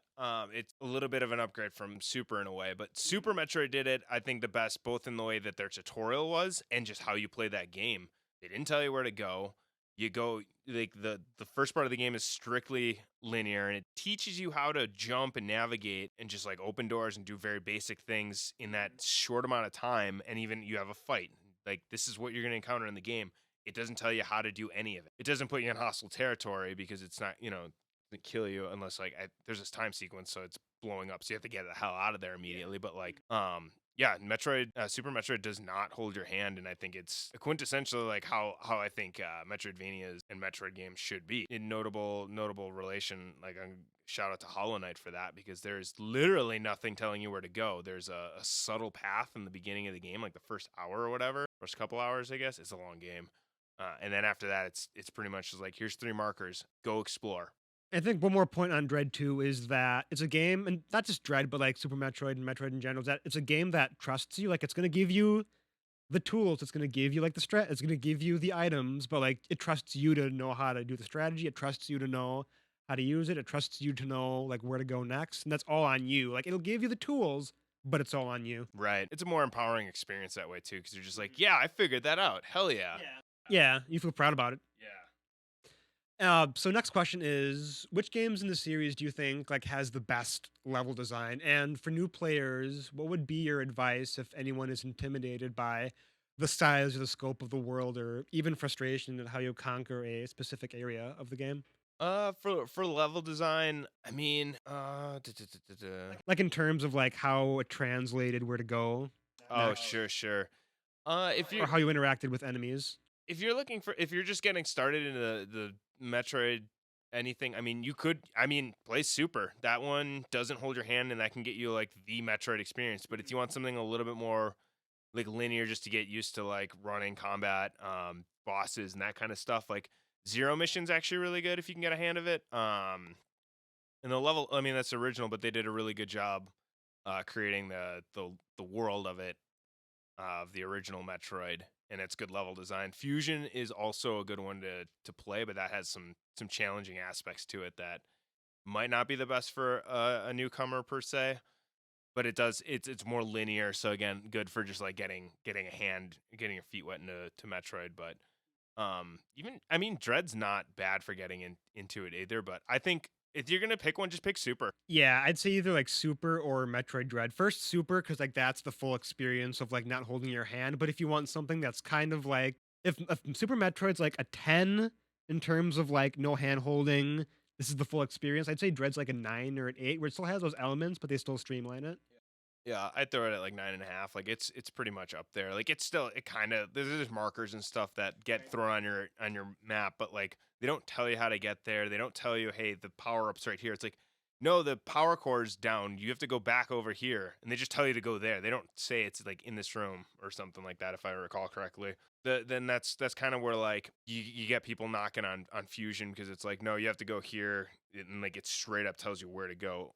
Zero Mission kind of does that, but they're just kind of like, here's the next Chozo statue for like moving on and stuff. And Prime did the same thing for hand holding. I think Prime's an excellent game to get into for just like the first one for the 3D Metroids, but I mean, they only made the 3. They did make Hunters, but I don't recommend playing that one. It's a little clunky, and you have to play it on the original 3DS. And I played through it once. I don't think I might not touch that again unless they touch it the hell up and make it like modern controls, like they made it like for Prime, like how Prime plays. Right. Now, how does level design help influence the atmosphere? Which levels or sections of any given game do you think are the best at making you, as the player, feel fear or isolation the most? It's sometimes it's levels, sometimes it's events that really do it in the Metroid series. So for instance, a level like the Phazon Mines is really good at making you feel like, holy crap, I'm gonna die down here, and you might. There's no save stations. It's very dark. You're going deep into the ground. You're going underground. The enemies are tough and harder than anything you fought before. And that really adds like that tension. There's another section similar to that earlier in the game where the power gets shut off and you're in a laboratory and you're deep in it. You get the thermal visor. As soon as you get that, power shuts off. You already hear that pirate music. It's terrifying. And you're like basically in the dark and you have to navigate through. Oh, there's also Metroids in there and they're in tanks and they break out, of course, because that's Metroid. So you have to fight Metroids in the dark, which is just, that's terrifying on its own. So Yeah. Prime has a couple examples that are really good. Fusion does something very similar. Power goes out. There's no save stations. You can only go to your ship. The areas you go to have tougher enemies, like that, and that leads up to that spider boss for the space jump, and that's a really good fear environment. And anytime you run into the SAX, is terrifying because you're either hiding from it or you have to run because the path of progress is beyond it. So it's like Fusion does a really good job of those terrifying moments and dread-like environments. And of course, Dread did a really good job with the Emmys. Those areas are terrifying to be in, and that you are thinking on your feet, you are running and gunning, like holy crap. Yes. They did a really good job with the Emmys. I kind of wish they did more than what they gave us. Like I wish Metroid Dread was a lot bigger, but that game is designed to be speed focused. And I totally understand what they were going for in that. I personally would have loved like an expansion, like 3 or 4 more areas to explore and a little bit more, openness to it. But as far as like environments for being creepy and unsettling, and it's white. The walls are white. Like normally I think of like, oh, it's dark, it's black, like darkness. You can't see. Everything's terrifying, or like There's like this fog in the level that's kind of like an overlay of something. is like a vignette Vignette, around there we go, yeah. everything. So Mhm. and just like it. You feel like there's no light. The machinery in the area is really creepy, even though it's just like it's non-functional, or it is, and you're not sure what's going on. Weird sounds, like it really all pulls together this terrifying environment. But even when you take away the fear element and you just like you're playing the original Metroid, you've got the black background, some weird soundscapes and atmospheric musical choices that make you feel like a little unsettling, and you're just like, where am I supposed to? Even the save rooms are just kind of creepy, and I'm just like or the power up rooms I should say, because they didn't have save rooms in the original. But yeah, like in the original it's kind of weird. 2 kind of has those moments. Super also does a very similar thing, and I think a lot of the elements that come down to, and this is related to like survival horror, like you only can go in certain directions. There's no other interactable people or humans or friendly allies that are around. Like it's just enemies. You keep going deeper and deeper, and you're getting lost, and you're just like, what's going to happen next? There's a lot of uncertainty just traversing some of these areas. So that isolation is super important for what makes a Metroid game, and it's pretty much everywhere. And I think it stems from when you start taking away the bangers of a soundtrack away, and then you start making it more of like dark and very isolated environments. I'm so glad you mentioned that because I'm immediately thinking of the opening of Super Metroid, and in terms of like when you're at the station and you find out that Ridley has been messing everything up and wants to steal the Metroid, everything's like really dark. There's blues and blacks in the background. There's a lot of ambient music. Like you see everyone's kind of dead or dying. The corpses from Yeah. the opening Mhm. title screen, yeah. And then when you finally get to the Metroid, Ridley just shows up and it's like, oh God. His eyes glow in the background, and then he's got the Metroid, and you're just like, oh, son of a bitch, here we Yeah. go. And there's no way that you can beat him. Like he has to like drain your health down and then he runs away with the baby. Yep. And then once you finally you're like, okay, I'm gonna go get Ridley on planet Zebus or Zebus? Right. And I think that entire like introduction is so great too because you're on this planet. It's really quiet. If I'm remembering correctly, the soundtrack's almost non-existent. Like it's a really low thing, and there's no one anywhere. And then you finally get the morph ball, and you come out, and there's this giant eye that like blares down at you. So you're just like, oh no, they know I'm here. Yep. And then immediately you have space pirates coming after you. And it does so much to like build that fear, like have that moment. Yeah, and like even before you go down to get that morph ball, there's like clouds and there's nothing. It's like the Mhm. wreckage Yeah. from Torian when you go that's from the original game that was self-destructed. And yeah, as you come back there's the space pirates and stuff. So it's like that like all that stuff like builds that cool environment. of isolation and dread and just fear. It's awesome. It's so good when it does that. All right, so we've talked a lot about the actual games. Now let's shift into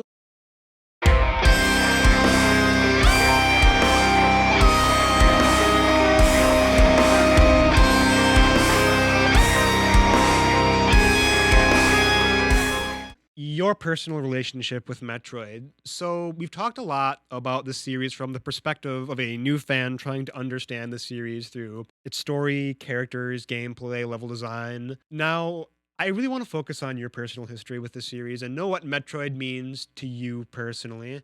So, first off, what are your earliest memories with the franchise? Like, what sticks out to you as when you were introduced to Metroid? What sticks out to you more than like any other game series compared to like a Zelda or, Hollow Knight or a Darksiders or whatever game you've played previously? Yeah, I mean, my first like interaction with Metroid might be very similar to a lot of other people, and Super Smash Brothers was the new game on the N64, and we're just like, who the fuck's this robot character or whatever? And they're like, oh, that's Samus. And then like, I had an older cousin that showed me like he had all like the games. He played the Super Nintendo, N64. That's how I found out about these games. And was like, Dad, I gotta get this. Like, this game's awesome. Look at this thing.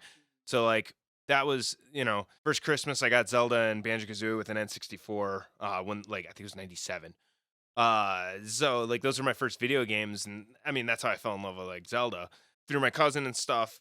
He got GameCube and he was like, "Hey, this is that game that Samus is from." And it like that was the first time I saw Metroid Prime. I didn't know anything about it other than that, and just like seeing what just like the navigation through, I think it was just like the overworld, Talon overworld. I was just like, this is that game that Samus is from. 'Cause at that point, I knew Samus was a girl. I think Melee was out by then. I'm not sure. Either way, that was my first introduction to Metroid, and from there, later that Christmas, I got Metroid Prime and played that and Fusion. Those came out at the same time. I think I got both games. Yeah, Fusion and Prime, I think, came out in the same year They came out or same day. They came out the same year, a day. I think they were the same day in. Yeah, I remember it's 2002, but I just don't remember if it's like the same day or the same week. I want to say it was like either a day apart or the same day. I'll have to double check. But regardless, those games are almost 20 years old now, which is wild to think about. But that was my introductory to Metroid, and something latched on to me. And it was like I'm not a big first person shooter guy, but it was about like that exploration, the soundtrack, like hearing that kind of like electronic music, the way that it was composed and written, just it all latched onto me. The world, just everything. And I think the thing that really, really did it for me was kind of the challenge and in the environment. Like I like that sci-fi environment a lot more than the fantasy one. Not to say that I don't, because I'm a big Zelda fan too. But there's just something about getting lost, exploring, and navigating that I really like. And it's cool. It was cool to experience it in 3D for like it was everybody's first time for Metroid 3D, but that was just like my first time on all of it, and that really pulls me in to be able to navigate in 3D space. See, it's interesting you mentioned that because Metroid, well, my relationship with Metroid is very much so the same, where it was like, oh, who's this Metroid? It's a Samus character in Super Smash Brothers. And then, like, the way I got brought up with games is very different than how you did, because a lot of it, I was kind of born on, like, arcadey stuff, where it was, like, really simple, go forward. And Metroid always intimidated me, because it's like, you have to think about it, you have to explore, and it's like, I don't know about that. So like until like very recently that I was like, no, these games are so much more than, it's rewarding to be lost in these worlds, and it's rewarding to be able to figure your way out of a situation like that. Right. And like, I mean, the thing about Metroid 2 is like, if you've never played any game like it, do it. And when you get that first power up, that's like one of the best feelings, because you get either you just find it and you're just like, whoa, what can I do with this? And then you start exploring. You're like, this is awesome. Or you're just like, I just defeated this enemy, and now I got this badass thing that lets me go do whatever. Like, this is awesome. Like there's that search and discovery, and there's always a reward. And that it feels good, unless you're the boost ball guardian. Fuck you. That doesn't feel good. To be just dehumanized, desalmonized. I would say it's very similar, and you haven't played this game, but I'd say it's very similar to like a Dark Souls. Like a lot of people are turned off from Dark Souls and Bloodborne because, I don't like the difficulty. But let me tell you something. When you finally beat that first boss, you get through this whole section that's been kicking your butt for like hours and hours. It is absolutely the best feeling in the world. Yep. I'm with you on that. It's on my to playlist is the Demon Souls, Dark Souls, Bloodborne. Like that's all stuff I want to play because it's because of this challenge. And like Hollow Knight was like the toughest game I've ever played for a while. And after doing that and hearing all this stuff, I'm like, I gotta play these games. So I just was gonna say, like, I feel like that's what kind of warmed me up to Metroid because it's like, okay, I'm used to like these difficult situations where I have to like think outside the box in order to go forward. It's not just like ram your head against the wall. It's like you have to think about scenarios, and I think it's games like Dark Souls. It's games like even Ocarina of Time when I played for the first time. I really had to struggle with that thing, but it's that feeling of like once you get over it, it's such a good feeling. Which translates into Metroid, which like it's basically the same thing of like you're in a scenario where you really have to like think about it, but when you do, you feel so good. Yeah, it's that reward for overcoming a challenge. And I mean, I think the other reason that first experience of Metroid that drew me in is like it reminded me of Ocarina of Time, mostly because like you've got that exploration element that's like the dungeons, but the entire world is the dungeon. You're not you know, it kind of like makes it all into one, and it feels super cool to explore that. And instead of like, all right, here's an overworld, a hub, a town, all that, like the tropes, like you don't have any of that. This is the dungeon. The game is doing that for you entirely. It's all one big puzzle, and I'm a big fan of that, and just thinking outside the box and navigating space. Like the Metroid does that the best. That's their thing. So then, going forward, which Metroid game stands as your absolute favorite in the series in terms of like, if I could play one game from the series every single day and wouldn't get tired of it, what game would that be? And would you recommend that to anyone in the series, or like, what games do you think you would recommend, or your favorites, or what have you? I might have nostalgia glasses on, but like Metroid Prime it is really like the one that like I love picking up, and like it's a good feel every time.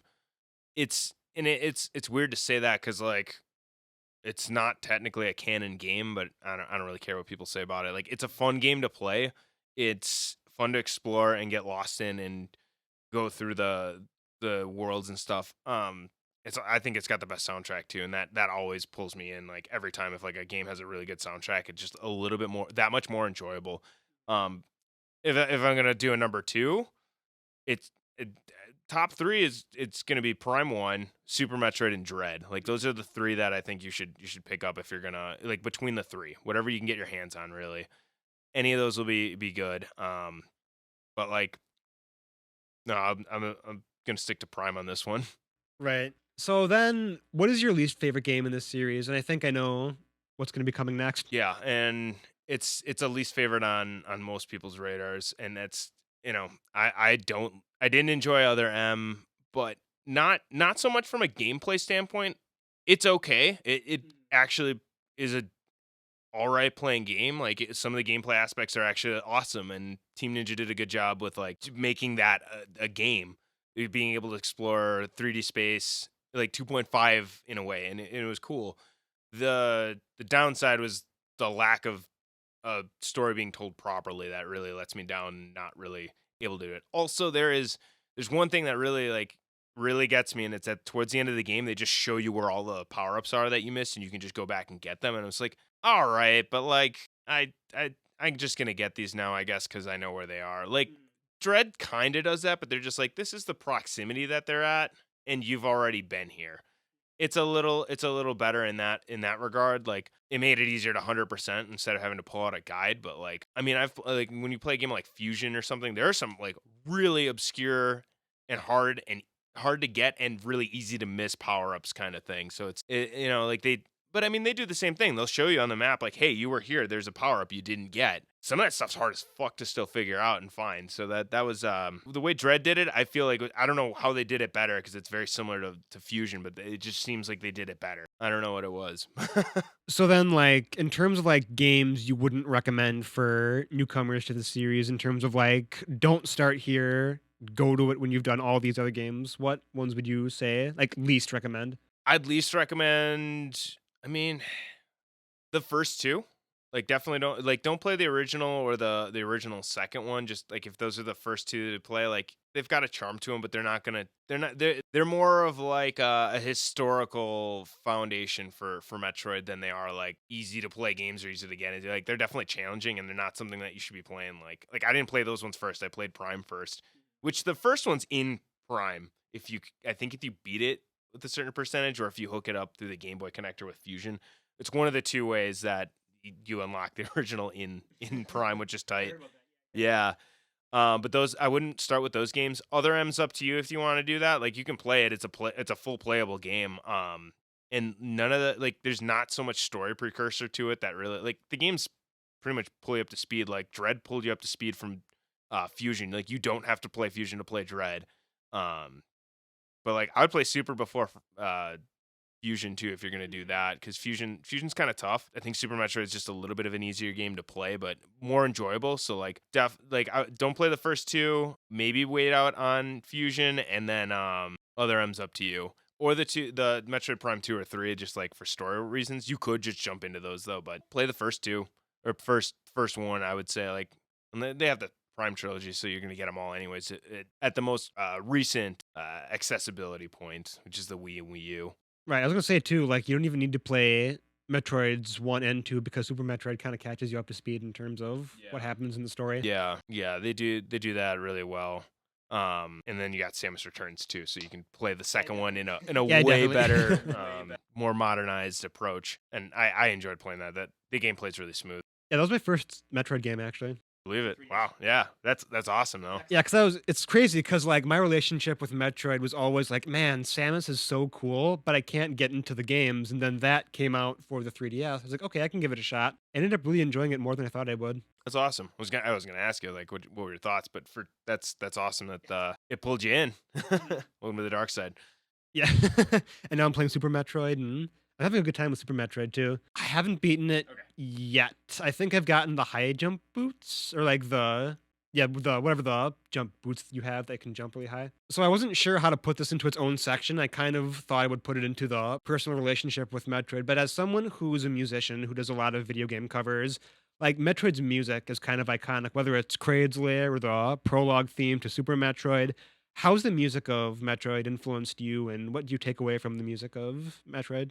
The music of Metroid it's influenced me. Obviously, like I've done covers of a few of the songs from the franchise, but as like from a composition standpoint, it's cool because they have some of these really powerful themes and just like these like these bangers of tracks, but they also have like these brooding undertones in certain songs. Like in that prologue, it's really dark and it kind of like creepy in a way, and like I like that kind of stuff really stands out to me. Like in my band, I'll do my band H1Z1. I've written songs where like the guitars sometimes take less space in the mix, and you have like these like creepy leads that kind of pop in and stuff. Like that kind of feeling translates really well to me, and I love doing that. On the flip side, I like the Prime soundtrack a lot because it added a lot of this like electronic element, and there are bands that have been doing that for, decades now in a style that's a little bit more fast paced, and like the combination of the two really is inspiring. That it's like, oh cool, we've got like this cool electronic sound and we've got really heavy metal. So like bands like Dark Tranquillity and In Flames, like your melodic death metals, that like the combination with that is in conjunction with Metroid Prime is super inspiring. And I try to do more synth stuff like with the Gunderslam stuff that I'm doing,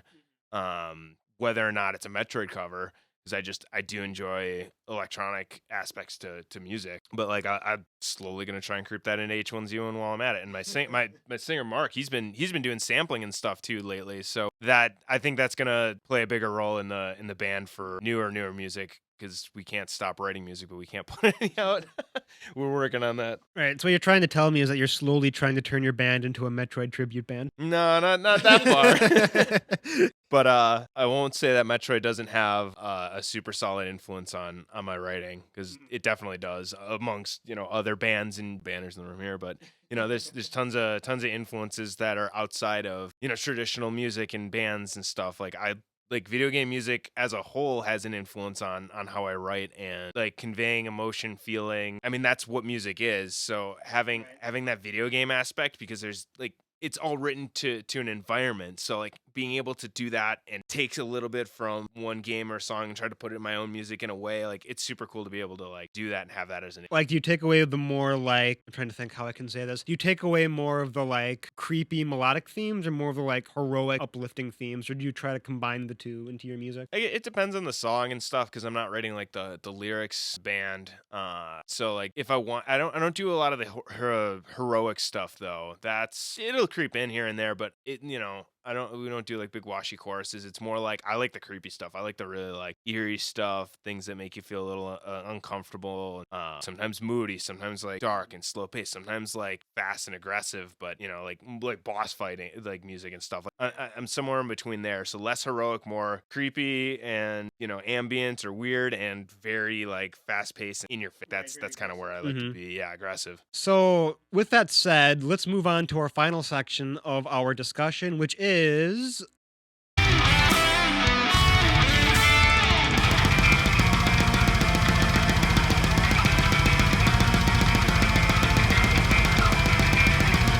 the legacy of Metroid. Now, Metroid's been around for more than 3 decades now, and in that span, Metroid has had such an incredible influence within the game sphere, and notably, it pretty much invented an entire subgenre of game known as Metroidvania. Obviously, Metroid, the prefix, and Vania, a reference to Castlevania. Most notably, the spiritual continuation of Metroid in Castlevania, Symphony of the Night. The definition of Metroidvania in the subreddit defines the genre as a platforming-focused game on guided non-linearity and utilitarian-based exploration, and user Phaserment elaborates in saying, most Metroidvanias are not purely non-linear, and a well-designed one guides you to some extent through the experience, while leaving ample room for exploration and discovery. Certain areas are unreachable, and if you have the correct ability, tool, or object, you can go through it. Now, my question to you is, would you agree with that definition? And to you, what makes a good Metroidvania, and what are some common misconceptions about the genre or games people mistake as Metroidvanias?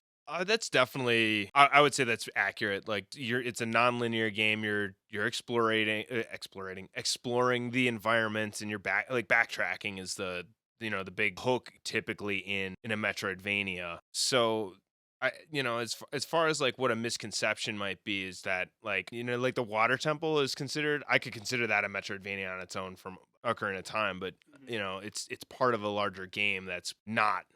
That's again hub world. You've got towns. You've got a overarching plot. There's a certain sequence of events that have to play out. And in a Metroidvania, like it's kind of open ended. There's not necessarily a guided path. There is a structure to most of the games, so it's not entirely like open ended. A good example would be like Hollow Knight to Axiom Verge. Axiom Verge has a specific like path you do follow, and there's like sequence events and stuff that go on. In Hollow Knight, not so much. There are 3 main goals, and you can do those and be done with the game, or you can go all the hell around Hallownest and find all sorts of things. There's a lot of like what you do in one area typically doesn't affect any other part of the game, so it just depends on that. But like you can have both of those, and they're still kind of in the Metroidvania genre. I would say also, I think one that you could arguably say is a Metroidvania are the Batman Arkham games, where it's like you can go from section to section, but I consider those more of like a sandbox type game because you have like all of Gotham or like all of Arkham where you can go around and you can do side quests and you can like get abilities. Another one I would talk about is I'm not sure if you played the game Guacamelee. I have actually, yeah. Oh yeah? I have, yeah. I've just beat the first one. I got the second one to play still. Yeah, I think that's a pretty fun Metroidvania. That's an awesome Metroidvania, yeah. Where if I'm trying to remember correctly, but you can like get different masks or something, and you can like transform into different things. Use those abilities. Yeah, because you've got the different suits and stuff you can throw on, and there's like pros and cons of doing each one. Like some give you health, but like less magic regeneration or whatever it was, Yeah. And then of course there's Symphony of the Night, which is just excellent. I love that game so much. I'll take your word for it. It's I've never played it. It's funny how that game. It's a sin. Yeah. Oh, come on, man. What are you doing? But no, I think it's interesting because like the way that game kind of uses Metroidvania elements, it feels very similar to like a Super Metroid or a Metroid Dread, where it's like by the end of the game, it's not so much like you have the tools to survive. It's like you have the tools to completely destroy the world. Where like you have this one ability where you can turn into like a poisonous cloud of smoke, and you can basically just like destroy everything in your path, and it's so much fun. It's an accessibility issue for me because like I didn't grow up with the console because that's a PlayStation game, right? It is, yeah. It was originally a PlayStation 1 game. And I grew up with Nintendo, so I did not have early PlayStation. There's no like I guess I can emulate. It's actually available on the PS4, I think, as a collection. I'm gonna buy that later today, guys. And okay, so next question is, so what are some games within the genre that take the like Metroid elements from those games and into their games the best? Or more specifically, what game within the genre would you recommend or are most fond of that took everything that you loved from the Metroid series and put it in their game? Yeah, I've mentioned this game several times already, but Hollow Knight is straight up just like I still got to play that game. that did Metroidvania so well. It's the game of getting lost, and I've loved every minute of it, even when it was frustrating. It's a good game to just get lost. The world is amazing. The music's incredible. So you feel like you're in the environment that you're in. They're all very memorable, but they're all very distinct too, like any area you go into. There's tons of NPC characters that in the game, so it's weird because yeah, it has that like hub and there's characters you talk to and stuff and interact with, but like it's crazy because you still have that feeling of isolation and exploration that are there, and then the story of it it's ambiguous, and I loved it. I loved every inch of that game. Like I don't know, it's my favorite game of all time now, and I think they did the Metroidvania thing perfect for not being Metroid or Castlevania. It's wild. A good second would I like Axiom Verge personally. It's kind of more of an homage to the original Metroid, but Yeah, that whole distinct like aesthetic to it is very much so Metroid and HR Giger. yeah, very big guy. I mean, I got a Axiom Verge tattoo.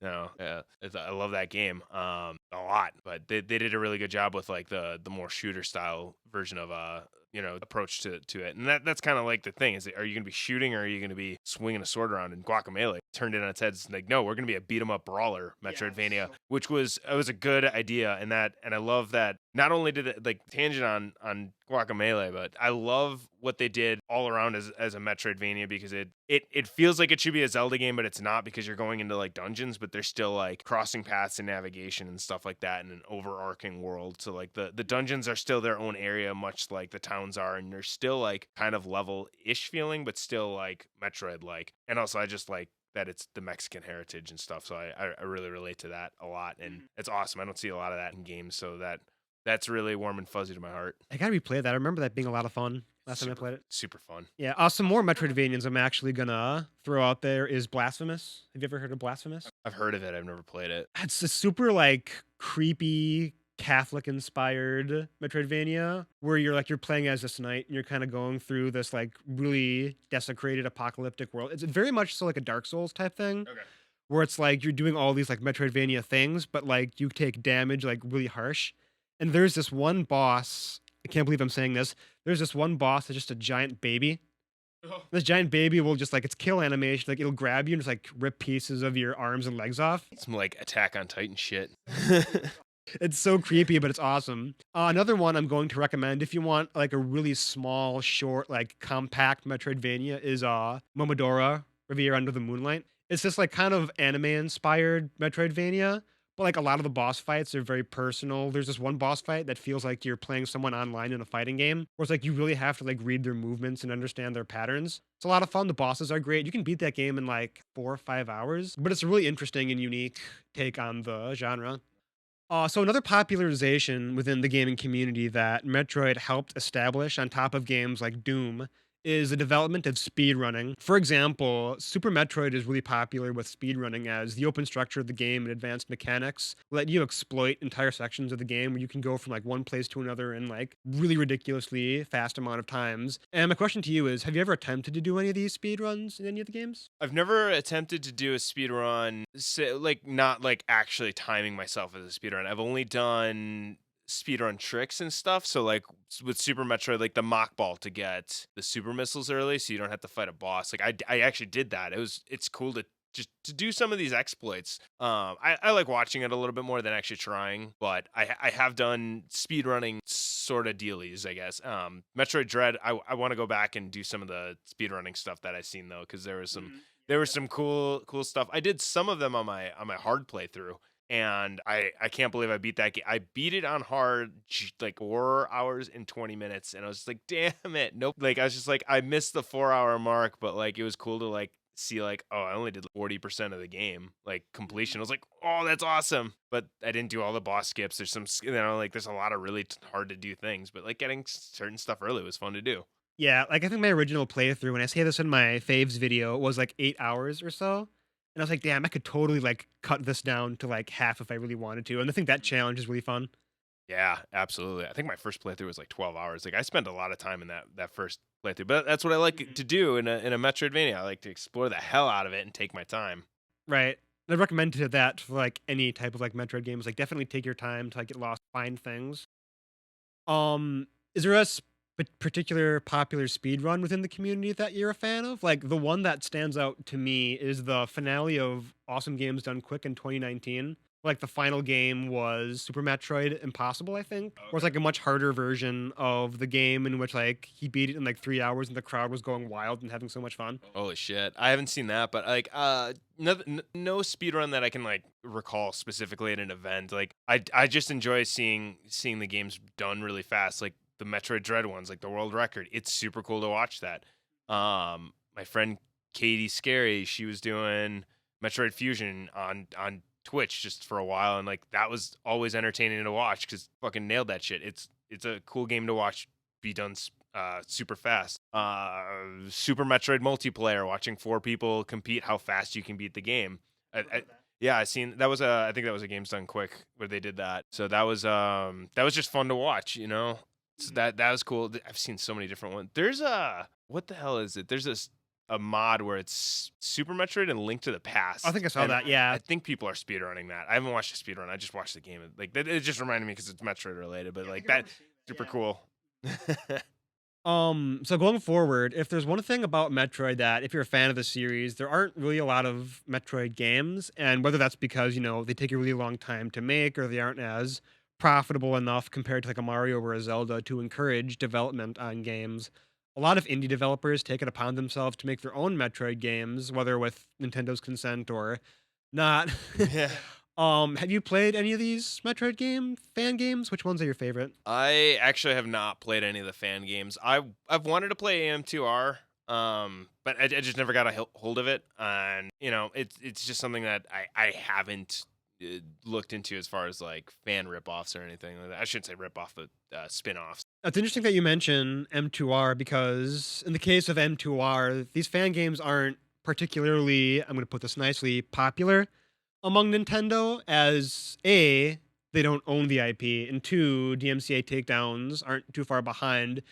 Do you as a fan who like wants to encourage this type of creativity think that Nintendo is justified in this action? Do you feel that Nintendo, because of this is particularly hostile towards the fan community of Metroid? And how do you define Nintendo's relationship towards the Metroid series this way? Nintendo is legally within their right to do this. I don't agree with it just because like these are people like taking the time out of their day that have day jobs or whatever the hell they do like to make this content because they love the franchise, they love the characters, they love what was started and they want to expand upon it. And I don't think, like yes, you're using it, but they're not like people aren't selling these. They're not trying to like get these put into like GameStop and shit. They're like they're literally like, hey, play my game, like play my version of the game. Right, right. And I think Mhm. Nintendo needs to chill on that. That's a personal opinion of mine. Like they seriously just need to back off the ban hammer. Like you guys don't like it, fine. Then sell it and license it and pay the people that did it. If you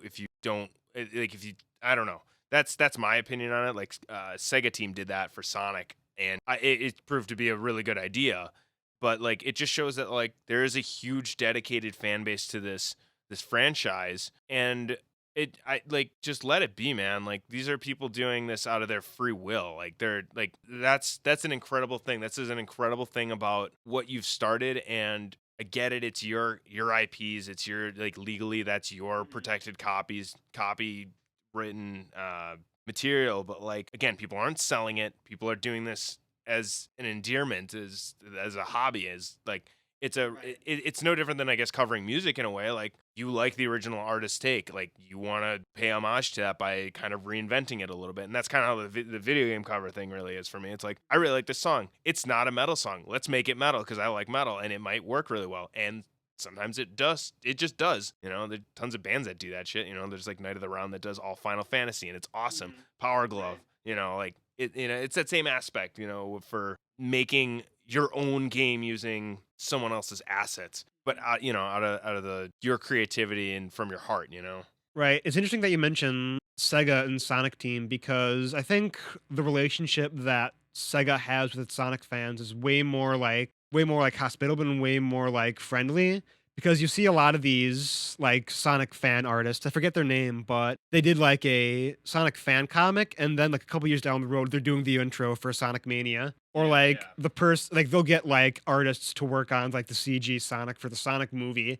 And when I look at Nintendo, it's strange because like, for example, Melee, Smash Bros. Melee, that community is so passionate and they love the way that game is played. But Nintendo just hates them playing that game because they want them to play their newest game. They want you to play Brawl. They want you to play Ultimate. They want Right. you to play Wii U, 3DS. And the same thing with Metroid, where it's like, we love what this game was when it came out. We're just trying to like enhance it for us, you know? Right. And I don't think there's anything inherently wrong with that. I don't think As it's long as you're not profiting off of it. yeah, like if you're not, you like you legally can't unless you have permission from Nintendo. Good luck with that. But it's again, it's a passion project kind of thing. And I don't know, it just sucks cuz like I don't think that's going to rip into sales. Like people are still going to buy the new Smash Bros, whatever. Like that's I don't think that should be a major concern from them, but they see it as that and they see it as their property being stolen and vandalized and it sucks that that's how they view it. Right. It's kind of crazy how like the fandom kind of like defends that too, because you have a lot of Nintendo fans who are like, "Oh, well, they're within their right. You know, Nintendo does all this good stuff, and they just make you so happy, like regardless of like whatever Yeah, problems that they have." I don't see like again. I opened the statement saying yes, they're within their legal right, but I don't agree with it. Fans are fans. They want to show their love for these franchises and games and expand upon them. And I think it takes a lot of talent and skill to do that too. And it's impressive. Like AM2R is I have never played it, but I've seen it. I've seen footage of it. I'm just like, this is awesome. This is super cool that there is a fan base dedicated enough to want like a fan made game out of this, and that it was made well from what I can recall or from what I've seen. Right. Like, what's the old saying? Like, homage is the like most sincere form of flattery. Yeah, imitation is The most sincere form of flattery. There we go. Right. Say that at the same time. So going forward, okay, are there any other fan projects that you can think of within the Metroid community, whether that's, games, animation, comics that you were aware of, and like what should new fans go out of their way to look for? Unfortunately, don't know any if there are any. I know that there's people doing like Super Duper Metroid. I don't actually know what that's about, but it seems like it's another mod or ROM hack or something. But I mean, that looked cool. Someone was doing. Oh, there was Nintendo shut this one down too, which sucked, but I'm sure they're still developing it. Metroid Prime 2D. Someone took the first Prime, and they're reinventing, translating it to a 2D environment. It was pretty cool to see that. I don't know where the development is on that, but like another fan made game, and Nintendo was like, no, you can't do that. And it's like, could you don't? I think one that's standing out to me is the terminal montage video on Super Metroid. Yeah, yeah. I think that's one of my favorite fan creations. Oh, absolutely. As from an animating, yeah, dude, videos are so good. I love terminal montage so much.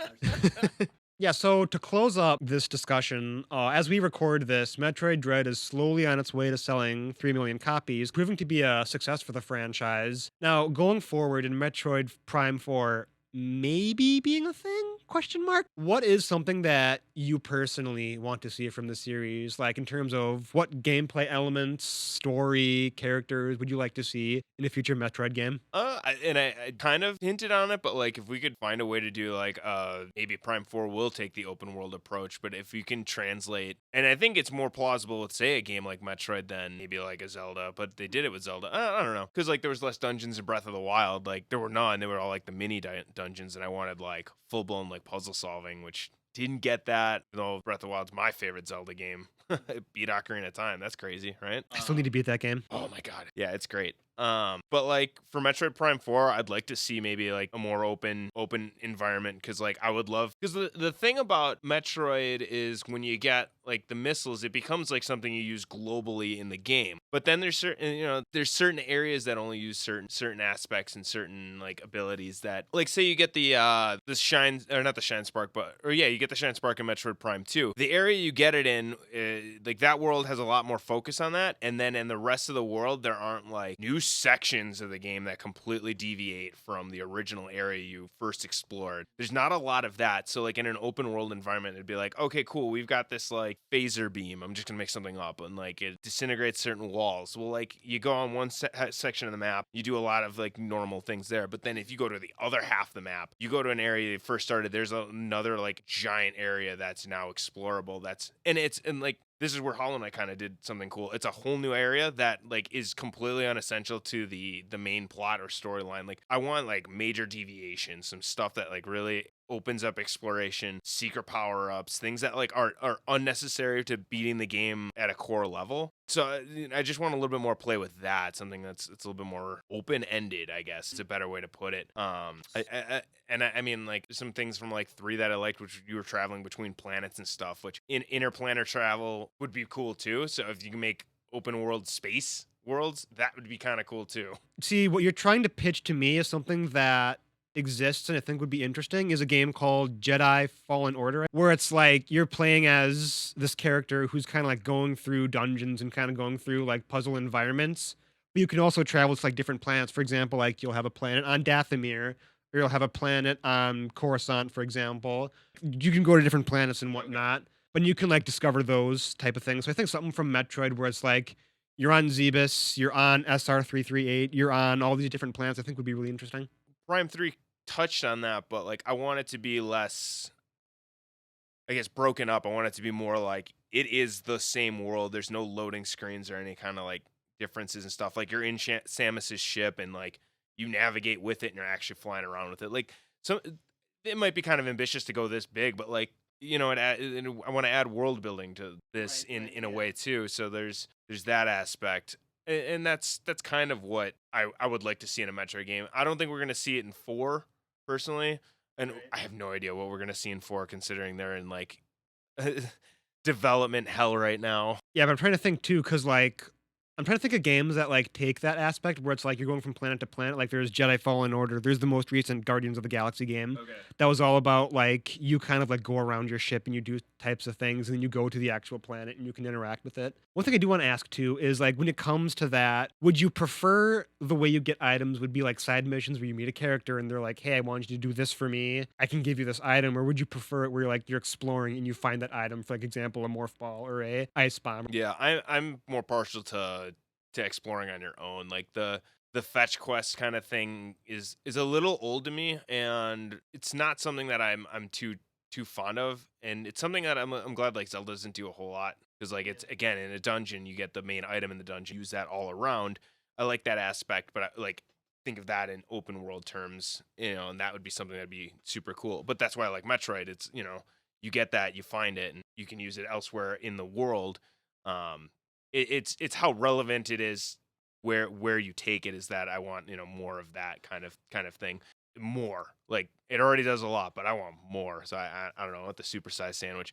But like I played like the Witcher, and like a lot of it's fetch quest feeling, and it's like cool. You meet this guy, they've got a problem. You got to go hunt them down, follow the tracks, and it's a lot of rinse and repeat, and like it gets very monotonous after a while. So like I don't want a Metroid game where you're doing fetch quests. See, that's what turned me off from The Witcher initially because like I really wanted to get into it, but like the whole like fetch quest nature of it, where it's like you got to do this, you got to do that. Same thing with Assassin's Creed too, where it's like you have to like tail this guy and you have to like fight this guy and you have to like do just really monotonous things. It's like I just want to be like in the world. Like anytime I'm doing this, it's taking me out of the story.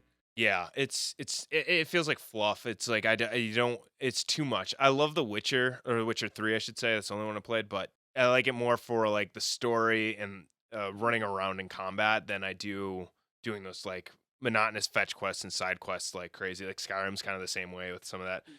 It's cool when you get like a side quest that's like, hey, I need you to go explore this cave, and this cave is like there's a portal and you end up in a different world, and there's like these cool like anomaly like things, and you're just like, oh, I'm not just going to get open a chest and receive something and clear out a cave of bandits. It's like, no, there's like this weird mystical element. Like I like that kind of thing when we're doing like quest style stuff, but like doing individual like fetch quests and stuff is just not what I think should be a good speed for Metroid. Hmm. I mentioned this. I keep mentioning this game a lot, but like I feel like the way RPGs in terms like the way I enjoy RPGs is very similar to like a Dark Souls or a Bloodborne because a lot of that is kind of like here is the world, you can interact with it any way you want, and like if you want to find things, you kind of either do it on accident or like it's baked into the game. So like for example, there's Siegfried of Katarina where you can get his giant like bulky onion armor. And you can either like completely miss it or you can like accidentally stumble into it and you can get that. And it's not clunky, it's not fetch questy, it's just like a part of the game. Yeah, like stumble upon. That's cool. That's super cool. I was gonna say Hollow Knight does a really good job of that too, because there's just like there are side bosses everywhere that you literally don't completely miss them. You don't have to fight them at all. And sometimes the rewards, that might be a charm, it might be just like a health upgrade or a magic upgrade or soul upgrade, but some of those like are really cool to just run into and just like cool. Now I'm stronger. Yeah. So back on Metroid, we got off on a tangent a bit, but that's fine. Still talking about video games. Yeah. So what additions would turn you off if they brought them into the Metroid series, and what could they add to make this new game better than previous entries? Kind of harked on that in the last conversation, but yeah, like fetch questing. Like I would just, dude, why am I finding like a pair of socks for a space marine? Like, dude, what the fuck? I don't need to do that. Like I don't want to do fetch questing. I need you to kill this man to give me back my badge. Yeah, no, none of that. Which ironically, I mean, you could consider like all Metroid games are fetch quests by the Federation, but it's an overarching thing. It's part of the story. I get it, but like that would just kill it for me. I'd like to see like some kind of like breakaway, or I want to see more story element to unfold with the Federation, because one of the things is that they almost have like a shadow Federation that is shown off in Fusion. Because like later in the game, you see the computer, the AI that's talking with Samus. After she leaves the room, starts talking with these shadow figures from the Federation. Like, and they're like, "Has Samus caught on yet?" And he's like, "Not yet. No, we don't think she suspects a thing." And it's just like there's some fuckery going on behind the scenes, and I want to see that unfold a little bit more. And then, like, what could they add to make this new game better than previous entries? Like, in terms of a genre switch or a, like, story beat? Like, what do you think they could add to the series to make it more interesting or more unique than other entries?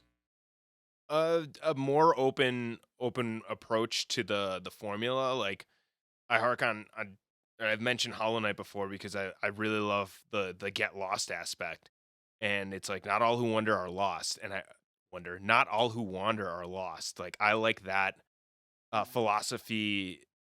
I want to see more of that philosophy in Metroid, because like like it's funny because I played through Dread and I would keep like in my head I would be like, they're not doing this exactly like how I expect them, or I was like, Hollow Knight did this better. Like I really keep going back to that game because I think it's, and this is my opinion on it, but I think it's like a 10 out of 10 game is Hollow Knight, and I'd like to see that wandering aspect and being able to get power ups in a way that enables you to open up other parts of the map, but not having like any linearity, like straight up just like you just go to where your heart contents. You're gonna be blocked off you're gonna be blocked off, but once you get the ability, like it's gonna open up this many more places on the map. So an open world Metroid like that would be, I think it would be awesome.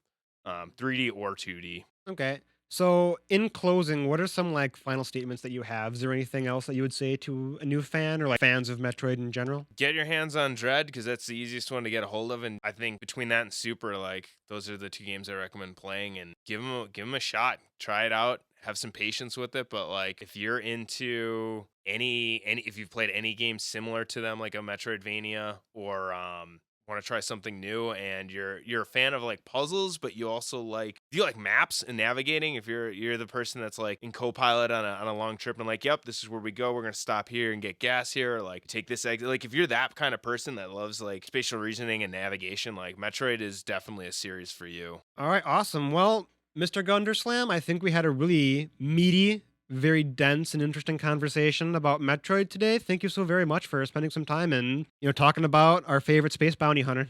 Yeah, thanks for having me, dude. Hey, welcome. We'll see you later.